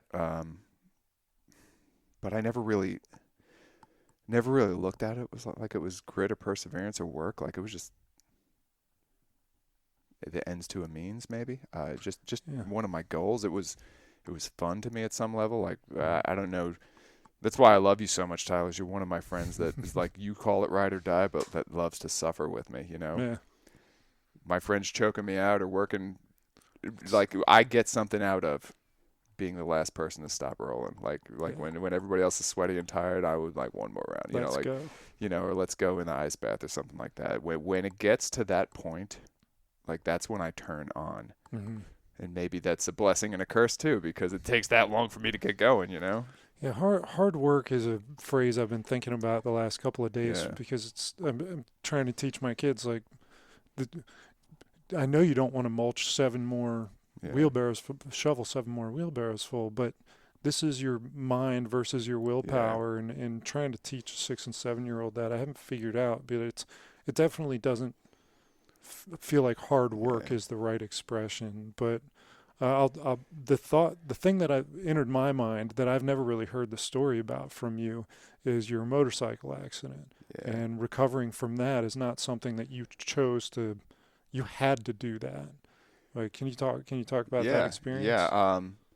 Maybe I'll just say this because it popped into my head. Maybe the hard work and grit would come from, like, when I would have to do an administrative investigation. So I used to have to do internal affairs investigations, and disciplining myself to sit down and actually write the report. Like, that was grit. Like, sounds like that school. was hard work. Like, if it came to a physical task, like, oh man, I was in my zone. I would love it, you know. Yeah. If I had to move gigantic boulders from one side of the parking lot to the other, man, I was in heaven. But like, when it came time to start writing a report, or learning something new on a computer, like, me and printers are not friends. But yeah, can we actually take a break? Because I gotta. Oh yeah. And then I'll get back. Okay, I feel better. Me too. So we were from our little break there. I brought up the motorcycle accident. We talked, and during our break, you brought me this. It's the looks like a magazine cover, a report cover called "Recent Trends in Fatal Motorcycle Crashes: An Update." Is that your motorcycle? That's on my the motorcycle front? in the middle. That's the NHTSA manual for that. So that's a federal manual posted dealing with fatal motorcycle crashes, and I got the cover. So it seems a little like disinformation here. A little That bit, seeing yeah. as you're sitting here with me, unless we're in the Matrix or Fake news. together in heaven or hell or wherever we're going, yeah, it's fake news. So, yeah, tell me about this. Your motorcycle looks somewhat mangled, and I would imagine that you being on top of it, made of flesh and not metal. Yeah, it was an interesting one. I mean, that might be divine intervention if you've ever seen it right there. So a lot of layers to what I just said. Yeah. So in that motorcycle crash, I had just left an Army recruiter's office. I was about to leave my job and go join the Army. Like I said earlier, when I became a cop, it was the end of the Cold War. We were at peace. There was nothing going on, and I figured I might get more action being a cop. So this happened, and a guy I worked with was a Green Beret, and he was part of, they have National Guard units that are Green Berets, and he was getting activated, and he had come back from a tour, and he was doing all the things I wanted to do, and, you know, I believed in the mission of fighting terrorism around the globe, and so I was going to go do that, and I had letters of recommendation all ready to go, and was coming and got run over by a truck. So there I was on the highway, and somebody who was working, I guess, at the service station there cut across like 3 lanes of traffic to come in front of me. And I actually don't remember it, but what I'm told is I actually laid the motorcycle down trying to stop before I kind of hit him. Were you married at this time? Mm-mm. No. Okay. No, I didn't even know my wife. And then ended up under the car, and he went to pull off to the side of the road and ran me over again. So when he was coming out, I was trying to stop, and I laid the motorcycle down as he hit the front, like I hit the front of his car. Mm-hmm. So I ended up under his car, and then he pulled off to the side of the road, ran me over again. So he hit me with such speed the first time. He actually ran my head over, but I was wearing a full face helmet, and it split it right down the middle. Wow. Like that. Yeah. And then when he ran me over the second time, ran over my legs and broke both of them. So I got a free helicopter ride out of that. And one of the funniest parts of that story is I knew the flight medic, and I was talking to him. And this, I remember a little bit of this part of it. I had no idea how I knew him. Knew him by first name, knew things about him personally. How are you doing? Da, da, da. We were having a conversation, and I was like, how do I know you again? And that memory, actually, like there's like a, you know, like the vignette on your phone when you add that feature to your pictures, like there's a little vignette of clouds around him in that memory. Is that right? Yeah, but yeah, so I got run over. It was a miracle. Like they were like, it might be a while before you're walking the same way again. A miracle how this story worked out. Another cool part of this story, the day before this, you seen the movie Black Hawk Down?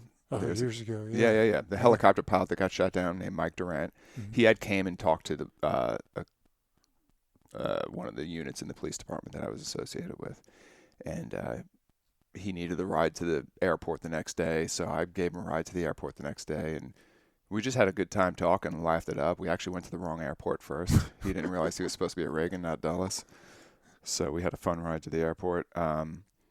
And back then we used film and cameras, so I had a picture that I'd snapped with him in my back pocket. It got destroyed, and somebody told him, or he checked in or something, hey, and somebody said that I had this bad accident. And he called me a couple times and kept in touch, and his story is he had a broken femur in one leg, got shot in the other leg, broken back, fractured skull, and he ran a marathon a few months later. Wow. So I was like, I can do that. Yeah. I didn't want to run a marathon, but I Sounds think it terrible. was a matter of months, and it's been so long now. I don't remember how long, but I was running 3 miles in under 18 minutes. I mean, because I was just motivated. I had my cast on. I would put one of them rubber boots, and they have like a suction cup thing, so no water gets in there, and I'd be in the pool running laps, you know, with casts on my legs. But another eye-opening experience. I never liked running before that, but when you can only sit on your couch and have somebody help you to go pee, all of a sudden running looks like it's fun, you know? Yeah. So I haven't complained about running since. What were the injuries that you had as a result of that crash? 2 broken legs. 2 broken legs and just really bad concussion. Yeah. The most painful injury was all the skin on my knee got removed. Ooh. And as that grew back, good Lord, that hurt. Yeah. Like if you put a bandage on it, within 20 minutes, if you pulled that bandage off, like you were ripping some new skin off of that thing. Wow. And if you tapped it, if you blew on it the wrong way, it hurt. But yeah, I walked away from that with 0 defects. Probably a stronger human being than I ever was before. Yeah. So super lucky. It's a miracle. And you have metal in your knee or your shin? No. No. No, both of the bones healed up Screws or really anything? good. Yeah. Yeah. Yeah. Changed the path of my life, though. I was about to go somewhere else, and they said no after that. And, you know, here I am. Yeah. You got to be. It's one of those weird things that, like, you look back on and appreciate, but I mean, it'd be easy to look back on it and hate it. So, what do you think it is that you think it's your contentment with where you are now? There's no, like, yeah. Why do you think you're so content with that experience? I mean, there are still things I wish I would have done in that other path, but I've always been a Christian, like I've said a couple times. God has a plan for me. He's a lot smarter than me, and I don't know what it is, but if I look at where my life has gone from then till now, I don't think it could have gone much better. I have a storybook life that I'm living. I mean, it's beautiful. Yeah. So, I mean, how could I be mad? You know, one goal I had when I became a cop and decided on my path other than the military is I just wanted to do all the things I would have gotten to do. So I saw this cool movie, Point Break, when I was a kid. I'm like, I'm going to go skydiving. And they did that in the military. I'm going to do that. And I did the SWAT team thing and, you know, got to do a lot of cool things there. And, you know, it's not the same by any means, but, you know, I've still led a really good life. I've still, you know, I live as good as anybody can live, and I still try and do some other fun things, you know. What else is on the list? Oh, the free diving, spearfishing. You know, I've done scuba diving and spearfishing, but I want to do free diving in some kind of cool crystal clear water. I want to get a boat. I mean, there's so many things on the list. I would love to go base jumping. Yeah. But I can't do that till my kids are 18. You know, that's like motorcycle riding. That's not a if, that's a when. Is that right? Oh yeah, it's completely. It's a very closely related sport, but completely different. Mm-hmm. I mean, I would love to do it though, but I'm probably not going to. Just like motorcycle riding, I'm probably not going to ride on the highways around here anymore. Although I'm taking that big motorcycle trip in 3 weeks, as I say that. But Are you a passenger? Or are you a driver? No, driver. Yeah. All right, let's go back to dad stuff quickly. What are some of the metrics you feel like you can use to measure a good parent, a good dad? Some of the metrics, every metric that I can think of is in the Bible. Even if you're not a Christian, it would be hard to dispute the wisdom that's in the Bible. It tells you everything you need to know about being a dad. So all my metrics are in there. Every kind of good example is in there. I can't. Anything pop out as something just right front and center example? I mean, the hard part of parenting that we talked about already, discipline, you know, spare the rod, spoil the child, you know, like it reminds me to be a dad and not their best friend, you know. I grew up with kids who their parents' mantra was, well, as long as they're doing it under my roof, you know, and I don't think that's a good example to lead by. Some of those kids are not in good places these days. So my role is to not just lead them, but lead by example. I need to mirror the behaviors that I expect out of them. Yeah, that's something that do as I say, not as I do, I never found to be a very effective leadership technique. Definitely not. Your kids are going to know if you're boozing it up at night or doing something else, or, you know, you have friends that are of questionable backgrounds, you know. Yeah. I'm trying to surround myself with the people I would like to see my kids around someday. And you make the list. Thanks, George. And you are mine. And you mine. How would your kids describe you? My kids think I'm funny. That's what they say usually when they say it. Like, you know, they think it. You know, they'll say weird and funny, because when they're around their other friends, like their other dads don't joke around with them the way that I joke around with my kids. Yeah. So I think they would describe me as that. I don't think they realize I'm as strict as I am until maybe they're around some kids that aren't in our circle, because most of the kids in our circle have parents that are similar. Mm-hmm. All those kids at jiu-jitsu are super well behaved. Yeah. And when the one comes in that isn't, they Mm-hmm. stand out. And Yeah. my kids will be like, what's going on there? They'll ask about it. Yeah. So I'm happy about that. But then there's always that balance, and this is making me think of this, is like, what's a vaccine is pretty much introducing a little bit of the bad thing and letting them learn. Like, I hope that they're getting enough of that exposure to know, Yeah. because they are growing up in a bubble. They are growing up in a different planet than I am. I mean, when I was growing up and I lived in Brooklyn, I can remember somebody stealing the gutters off of our house. I mean, Yeah.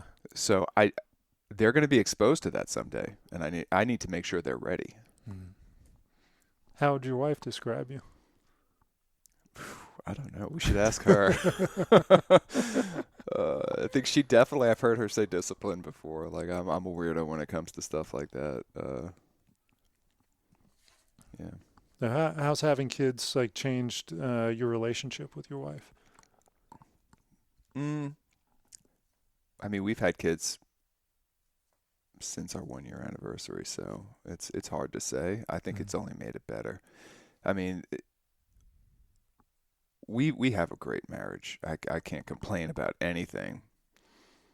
So even it's never been bad, but there's never been an option for anything else. Not only because I'm a Christian, but because there's a kid there, and I'm always going to be married to my wife. And part of the reason is because those kids are there. So we both put them first, which makes us kind of put each other first, even if that's a side effect of putting the kids first. I mean, there's nothing we love more than our kids. We wanted kids when we got married. So, I had a friend that said if the way that he related with his wife, the importance of her was that if the house was on fire, I'm coming to get you. And then we're getting the kids together. I'm like, and I got to think about that. But the way that you describe the idea of putting her first by, in that way, putting the kids first, I got to think about that. It'll require a little meditative. Yeah, I don't know if I agree with that, and she'll listen to this, and we'll see what she thinks about it later. But in that scenario, I think I would definitely tell my wife to go get the kids first, and I would hope she would say the same thing. Yeah, it's like I can see what he was trying to get, like in preservation of his relationship. But you love your kids more than anything in the whole world, and you understand that the hierarchy is there, and so it's just something interesting to think about. And like the brutal honesty of it isn't something that necessarily everyone's prepared to face. Yeah, no, there's beauty in sacrifice, and I would like to think that my wife would want me to save my kids, and I'm pretty sure I know 100% the answer is she would. Yeah, and she would find beauty in my sacrifice, and I the same. There was something beautiful about my friend's sacrifice. When that's part of the allure of young men have of going to wars. There's something about that where you love something else more than yourself. And me and my wife are one, we are each other, and I think we'd both kind of have the same answer to that one. Yeah, that's a tragedy for people whose mother or father were lost at a young age in a way that they could blame themselves for it, like death during childbirth or something.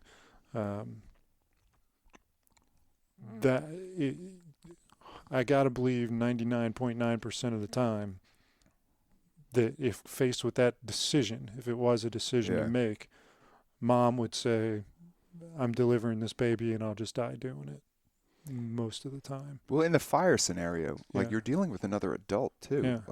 Save yourself at some level. You've had the benefit of an upbringing and parents, and hopefully they taught you some stuff. Yeah.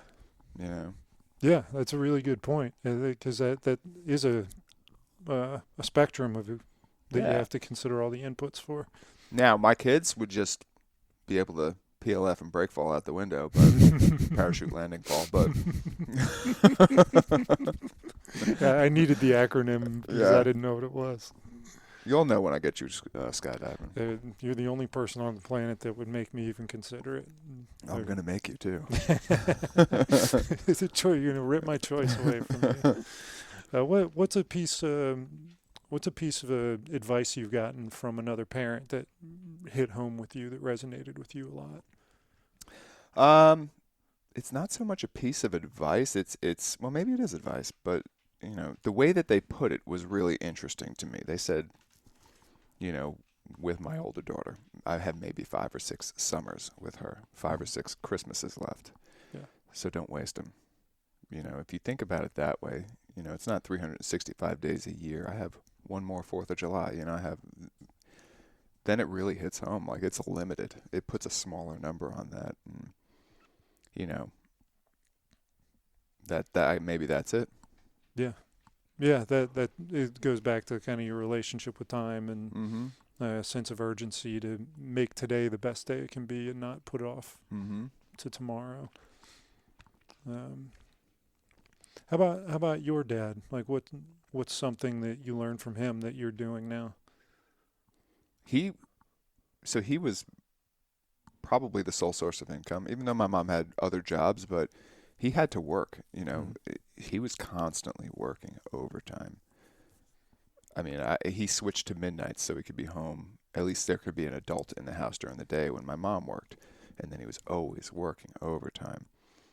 And when he had time off, we would go on vacations. We would do things. Like I said, he was taking me spearfishing and scuba diving when I was 10 years old, teaching me how to shoot and all that stuff. So I probably learned that from him. I don't remember him ever doing something for himself when he was younger, like going on a trip with the guys. Like, that wasn't a thing. And I've never done that, go on a trip with the guys. I don't feel like I need that, and I don't think I'd have as much fun as it sounds to some people. I want to be around my kids.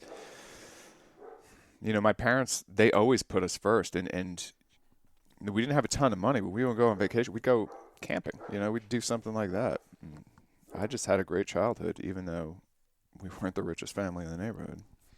What's an advantage that you had in your childhood that your kids don't have? Wow. Right?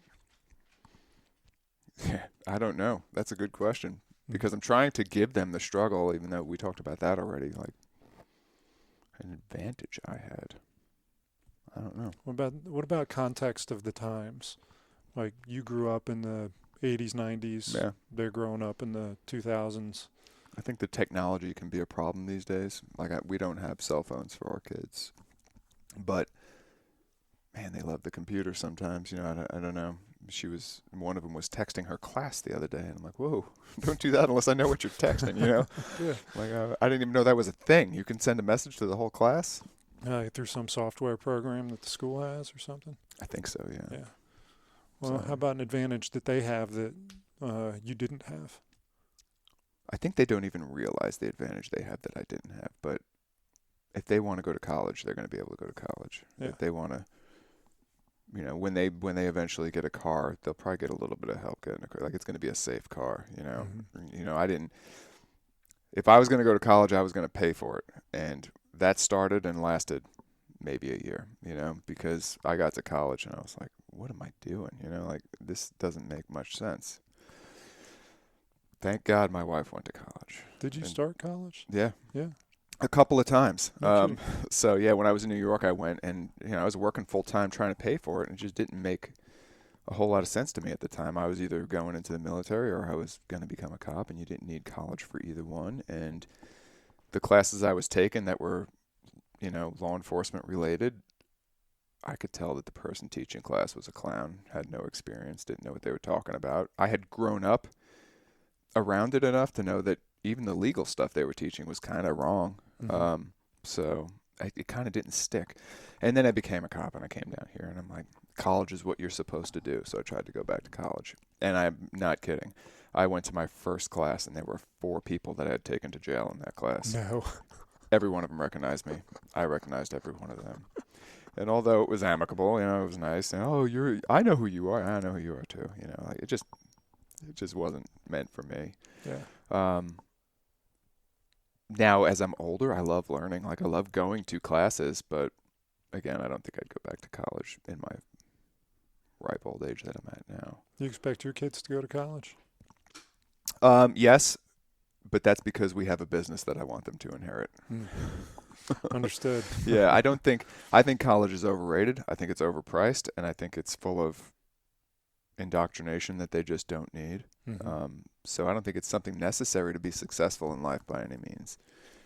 But their mom worked hard building something, and I'd love if they took over, because then I'll work for them someday. Yeah. And unfortunately, you need some schooling for that. Yes, indeed you do. That's not one of those things you just get experience and jump in and do it. Yeah. All right, so this is kind of a list of like standard questions that I like to ask kind of towards the end. Do you want to circle back to kids taught? Is there anything that you could think of that your kids taught you? Man, I'm racking my brain. I think it's just love, how much I love them. Like they taught me a different layer, a different level. And maybe off of that is maybe a little bit how we talked about stress too. Like if they're my priority and they're my only priority, like why do I stress about other stuff? I don't need to, as long as they're doing good. Yeah. If I put them first, you know, what's going to pop up? What situation have I put myself in that's worth worrying about? They're with me, kind of keeps me around the right crowd too. Yeah. Maybe that's it. All right, I'm going to ask you personal advice for me, because I perceive you to be living this life, and it's one that I need to get my head wrapped around. But you are very comfortable going and doing things with just the kids. I am learning to accept that my wife is not into all the stuff that I'm into, and that I can't expect her to come do these things with me all of the time, either because of her schedule or her personal desires or anything. Was that easy for you, or did you have to kind of jump that a little bit to, like, look, I really want you to come camping? And she's like, I don't want to go camping. Yeah. I got to do this. And was it hard for you to go anyway, or did you push off? I think it was pretty things? easy to go anyway. Yeah. And I don't think she's opposed to doing it, especially early on. You know, she's making her way. She's trying to be, good at what she does and build something. There were things like jiu-jitsu that originally I was like, you got to try jiu-jitsu. And then I realized, no, it's nice to have my own thing, you know. Yeah. She doesn't need to be in everything, especially if she doesn't want to. Why would I pull her along? But as far as the other stuff, that's kind of changed. You know, she comes on everything now. I would like to keep a tradition of taking the girls every once in a while by myself. But early on it was, hey, I had these experiences when I was a kid. I don't want to deprive my kids of these experiences when they're kids, just because you can't make it, and we're getting along great. We have a great relationship, but I would still like to do this. And it was sort of like good on both ends. So we did. But no, I was super comfortable doing it. Even changing diapers and stuff when they were out. I mean, it was no problem. I was fine doing it. By the end of a day, taking care of both the little kids, it wasn't like I was up at night by myself looking at the wall. I was tired because I was doing everything. So we had a great time. We would, we took the camper that one year that we talked about. And there's a TV in the camper. We'd watch a movie, and I'd put them to bed, and then I'd be ready for bed too. Yeah. I was responsible to get up with them in the morning, so I had to get up early. So my schedule kind of just fell right into it. And I loved every minute of it. I mean, we took videos, thank goodness for GoPros, but, we came back and edited the video and made a cool little movie. And, I mean, it's one of the best times in my life was that time that I took them by themselves. And we took a couple of trips, but that one year where they weren't babies. They weren't taking naps. They were doing everything with me. And it was a first time for them, and it was a first time for me. And, I mean, I'll remember that till the day I die as one of the best times in my life. That's awesome. And I would totally encourage you to do it too. Yeah. You're going to be so much closer with them, and even if they don't remember it, I built something on that trip. I built a relationship I built a foundation that will never be shaken. I think there's something to the idea that you don't remember what you did or where you were, but you remember how you felt doing it. And that is just part of that aggregation of becoming who you are. It's another one of those little pieces that builds that little Tetris that that works. We were swimming and like we got to pet manatees in the river where they were, and then we stayed at this one campground, and our camper was 3 feet from the ocean. There was the dock right there, and we woke up and we would count the lobsters that we saw. And they could both wear a mask. My older daughter was able to snorkel, but we found a nurse shark, and we were just like looking at the shark and looking just cool things that little kids were doing, you know. Yeah, that's really cool. And that's situation normal for them, you know. What kid does that? Look, I tell my daughter all the time, the luckiest kid on earth. Who else does the stuff you do? Like, I bet her friends don't even believe half the stuff she does half the time, but she's got pictures and videos to prove it, you know. It's funny, one of her teachers, she's got a favorite teacher, and he's like always in amazement at the stuff she does, so we send him videos all the time. And it's neat, you know. Yeah, it's inspiring, man. Those same pictures inspire me and make me want to do more stuff with my kids and expose them to more things. So as much as they appreciate it, I appreciate it too. There's no better compliment I can get than that. Thank you. Yeah. All right, so I'm going to get to this list. All right. What gift would you give to every dad? Money's no object. Time and space is not relevant. It's just something that you could give to every dad on the planet. I would have to say wisdom. Wisdom is the key to everything. You don't have to be super smart, but if you're just wise and make those little good decisions, and if you realize that your kids are what matters 50 years from now, I would say that. How can you accelerate that? Wisdom? Yeah, how can you cause that? Put yourself on a path. I don't know. I mean, my guidebook would be the Bible, I would say. I'll go back to that. But if you're going to be a good dad and make good decisions, it's all in there. What are your priorities, you know? And if you just follow the rules, like, you'll be there. And almost any bad thing in your life probably came from some sort of a poor decision. Maybe not a bad decision, but maybe not the best decision. Mm-hmm. And just make the best little decisions you can. And if you put your kids as your priority first, everything's going to fall into line. You know, like, I didn't know we were going to have an awesome time when we went on that trip and everything was going to be perfect. And probably everything wasn't perfect. But I made the right little decisions and set ourselves up for success. Yeah. So I would say that. Just, if your priority is that, everything else is going to fall into place. But if you're sitting there worried about, like, well, where am I going to get my beer from tonight? You know, I think you'll probably run into some issues. If you just make the big decisions, the little stuff's going to fall into place. Don't stress it. Don't stress it. Right. When do you feel the most love in your life? We have movie nights. So when I have my kids, last night, my wife went somewhere with her grandfather, and when she came home, me and my daughter were watching a movie.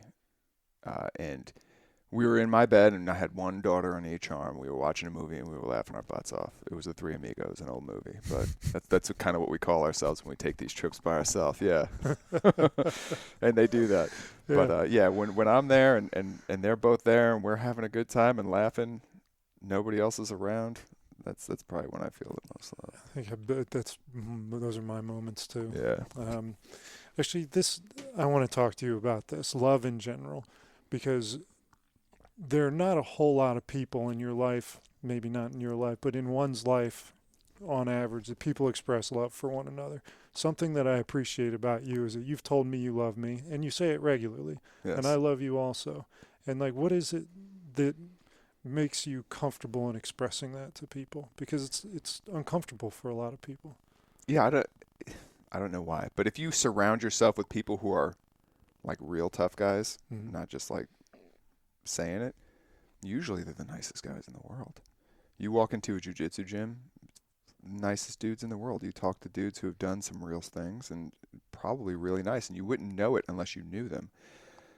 And going back to my one experience, like, I know every day is a gift. I know every day is not guaranteed. And I know if I didn't have you tomorrow, I would regret not telling you exactly how I felt about you. Mm-hmm. And when I say it, I mean it, you know, and I tell my friends that. I even text them that, like, I love you, man. Like, I do. And there's nothing gay about that, and I don't care if you think that there is, because I do love you. I don't care what other people think. I just care that you know how valuable you are to me. And you are. And because I know that it might not be here tomorrow, there's no reason why I wouldn't. It's crazy to me that people don't tell their friends that. It's insane. Yeah. Yeah. Well, And it's funny you say that, because you're not the only person who said that to me, but all my friends know what's coming at the end of a phone call, you know. mm-hmm. Hey, I love you, man. You know, Yeah. Daddy loves you. That's my thing. My wife calls it my catchphrase. You know? It is. Daddy loves you. Is your catchphrase. I'm sure if I went through and searched my text, I'd have that hundreds of times in our text. And again, that's why it's a gift. Yeah. Like, everything is a gift. Like, you don't know what God is teaching you. And some of the worst days in your life, you should still be thankful for, because it was a day in your life. And until you've experienced a real bad, like, I don't say I had a bad day anymore, because I don't have bad days. I had one bad day in my life. You know, you don't take things for granted anymore. If you're smart, like, if you took it to heart, if you really analyze it, like, I don't know, that's how I feel. I mean, I'm sure there's been people who've been through some pretty bad things that did not learn a lesson from it, or learn the lesson that I think they should have learned from it. That's just my opinion, though. No, it makes sense to me. And Daddy Loves You may be the perfect title of this podcast, but it also is reflective of you as a dad, because I didn't think about it until now, but you are a wonderful dad, and Thank you. And a teacher, a great teacher. I love learning from you, and I'm not the only one. That, you know, Mikey D, he's one of the guys. It's like, he's taught me so much and influenced me so much, and it is, as much as we are close in age, it, like, you do have that kind of paternal influence on people. And I have a dad, and he's an excellent dad. He's a human being, just like all of our parents are. So finding paternal influences, it's like Big Brother, or paternal, is cool, even among people that, I don't know, what are we, 5 years apart or something? So Probably. like, Daddy Loves You is you expressing love and being fun at the same time. But like, legitimately, there's that. Paternal's a weird word to use, 5 years apart, but there is that aspect to it, that leadership, that fatherly, that caring part. Yeah, maybe it's just anybody you can learn something from, because I learned stuff from you too, and there could be that in the reverse of what we're talking about now. But yeah, I don't know. Yeah, I appreciate that about, and again, it's another influence that you're having on me. Daddy George, you know, is helping me express my I love think to that's my probably friends. a good one then. Thank you. Yeah, 100%. Yeah. I wish, you know, someday I'm not going to be around, or maybe I'll move, or whatever happens. But if I can leave a legacy at the jiu-jitsu gym, hopefully it's that. Like, hey, you know, love each other. You know, talk to each other, teach each other things. You know, Mike D is a great example. You brought him up, but he just had his competition, and we spent a lot of time together and talking. And you know, I'm very proud of that guy. He's as much as I maybe taught him, he's definitely taught me right back, or reinforced lessons that maybe that were there. But every once in a while, you need a reminder. Somebody like that comes along and just really makes a difference. And it would be a shame not to let him know. And I'll tell him, but I don't think he gets it. Yeah. You know, maybe like we were talking about, like, do you love your parents more, or do your parents love you more, right? Like, you don't get it until it's the other way around. Mm-hmm. So. Yeah. It's awesome, and it feels cyclical in some ways too, where you're talking about part of the way you learn best is by teaching, and by teaching so much, you learn so much, and that give take, is that two-way street is so important. And you going back to the do as I say, not as I do. You know, people that tell you what to do all the time and have no openness to learning anything back are not particularly effective. Yeah. So that's cool. Yeah, and even just the way you, like, teach. Like, I'll learn something from teaching on the big kid side and the little kid side, but I'm teaching the same lesson. But I learned two different things. Yeah. So. All right. What are 3 qualities that make up a super dad? Oh, man. I guess, like, love, perseverance, commitment, grit, stuff like that. Yeah, I mean, qualities. Yeah, I think a good one is humility. You got to be Yeah. humble as a dad. Like my kids teach me as much as I teach them, the same way we're talking about teaching. And that's funny because I couldn't think of the word taught me, but every time I teach them something, they have some weird, honest reaction to it. And I'm like, oh man, look at that! You looked at it from a different angle that I hadn't even thought about. Yeah. And you have to be open to experience that or to even see Yep. it. So that humility is a good one. I'm not sure anybody's brought that up as one of the answers, because that's a question I ask everybody. Yeah, lots of times I think as a teacher, like you can fall into I'm the teacher, I know everything. But we talked about it earlier, sometimes when you talk to your kids about something they did wrong, like you did something 500 times worse than that, I got to be humble to realize, hey man, I was much dumber when I was a kid. And that's the truth. And that's the bottom line. As dumb as you are, you're not as dumb as I was. Exactly. That's Like the both of bottom my line. kids, like, and they do better in school than I ever did. Like, and so sometimes when I'm sitting there helping my daughter with homework, like I got to be like, she's still way better than me. Still way better, Yeah. The lucky thing though, both of my parents were working when I was a kid. Like, I'm blessed to be here to help her. Yeah. And when I can't do it, I find somebody else who can. Yeah. We interviewed for a private school, and one of the questions they asked my daughter was, what do you do when you get stuck on a question? And like one of the answers was, we ask Uncle Nick. And it became a joke, like we ask Uncle Nick. Like we always, that's part of humility too, is knowing when you don't know the answer. Don't pretend. Like, go find the expert. Yeah. Even if I know the answer, there's somebody who knows it better than me lots of times, Mhm. especially when it comes to math. So It's great. If I was to rent a billboard on 95 or 495, and I said, George, you get to put one piece of advice to all these dads that are going 80 miles an hour past this billboard, like what's a phrase or a piece of advice that you'd be able to squeeze on that billboard? I'm going to have to plagiarize here because Please. it's hanging up in my basement 2 different times. Yeah. Discipline equals freedom. We've talked about discipline a lot. I painted it on the wall. You got to remind myself constantly, like, hey, if I don't feel good, go anyway, Yeah. Just discipline. Like, every small decision leads to an easier big decision. Every day that I am tight on my diet and exercise, the next day's better. I'm at the point, like, if I eat some junk food, like, I will feel it in my skin. I will feel it in everything the next day. Yeah. And I don't want to lose that. Knuckles. I get it in my knuckles. I hate it. Man, who's your favorite fictional dad? I don't Maybe think I have one. Television dad. A favorite fictional dad. So I don't really watch TV. Yeah. I can't even think of a movie where there was a dad that I was like, oh, that's a good dad. Yeah. Sorry, I don't have one. You're not fictional. Well, thanks. No, as far as you know. Hey, man, doing this podcast shows a certain level of commitment to being a dad. Like, you're so often doing a podcast and putting it out there and trying to learn and be better. Like, there's something to be said about that. Like, you're not fictional, but like we said, there's nobody's perfect. My dad wasn't perfect. Your dad wasn't perfect, but you're trying to be perfect. Every day you're getting closer. Every day you're debriefing yourself. Even if you don't know that's what you're doing it. Even by this podcast, you're doing it. You're helping other dads. It's a very noble cause. Do you spend part of your life trying to be perfect? I don't think so. Yeah. Yeah, I mean, you would like to say yes to that, but perfect is impossible, I think.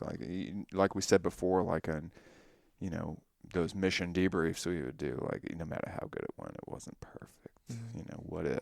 What if myself to death? But I think that's one of the things that makes me successful if I am. Yeah, I think it can come across, at least when I express it, as critical, as criticism. But my intent is always to, let's lay the foundation for doing it better next time, so that we enjoy it more, it's more effective, or whatever it is. This is one of the talks we had with Mike D, too. We still have his GoPro hanging up right there, or at least the case for it. But we would video him doing jiu-jitsu, and, he would be super critical of himself. And there were little points we could pick out, but, you got to say, hey, it's never going to be perfect. Like, I'm not going to give you the perfect thing. Mm-hmm. You got to make it work. Yeah. I remember being under the disillusion or illusion that perfection could be reached. Yeah. And I was reading a book in college, and it flattened me. I remember crying, realizing that I couldn't be what I wanted to be. Yeah. And it was, I guess it was freeing after it, after I digested it. It's like, okay, the pressure is off now. Yeah, you strive to be maybe close to perfect, but I think if you expect an eventual result of perfect, probably not going to happen. Yeah. So this is... And plus, do you really want to? Do you really want to be perfect? There's that, what is it, like Sisyphus or something, pushing the rock up the mountain, and if I got it to the top, I'd just push it back down, right? Like, I kind of like the struggle. We talked about that earlier. Like, there's enjoyment in that. There's gratification in that. Every day I wake up and I wait till a certain time to eat. Like, I already won something today. Like, I had a little challenge with myself, and I beat it, Yeah. Just because you're perfect, George. I didn't mean to cut you off. Sorry. No, not at all. Because this is what is typically the last question that I ask. However, we can go on forever if the forever feels right. But in the event that this recording were to last, in the Library of Congress and lasted forever, and it was generations of your family had the opportunity to listen to this, and you were to leave some message with them, what's something that you would want every generation of your family for the rest of time to hear from you? Man, I just want them to know that I love them. I would say, because of what I believe, hey, be strong Christians, because I'll see you in heaven someday. And I'll tell you how much I love you in person. Do the best you can at all times. Never give up, never quit. I love you, man. I love you, man. Daddy loves you. Daddy loves you. Thanks, George. Bye.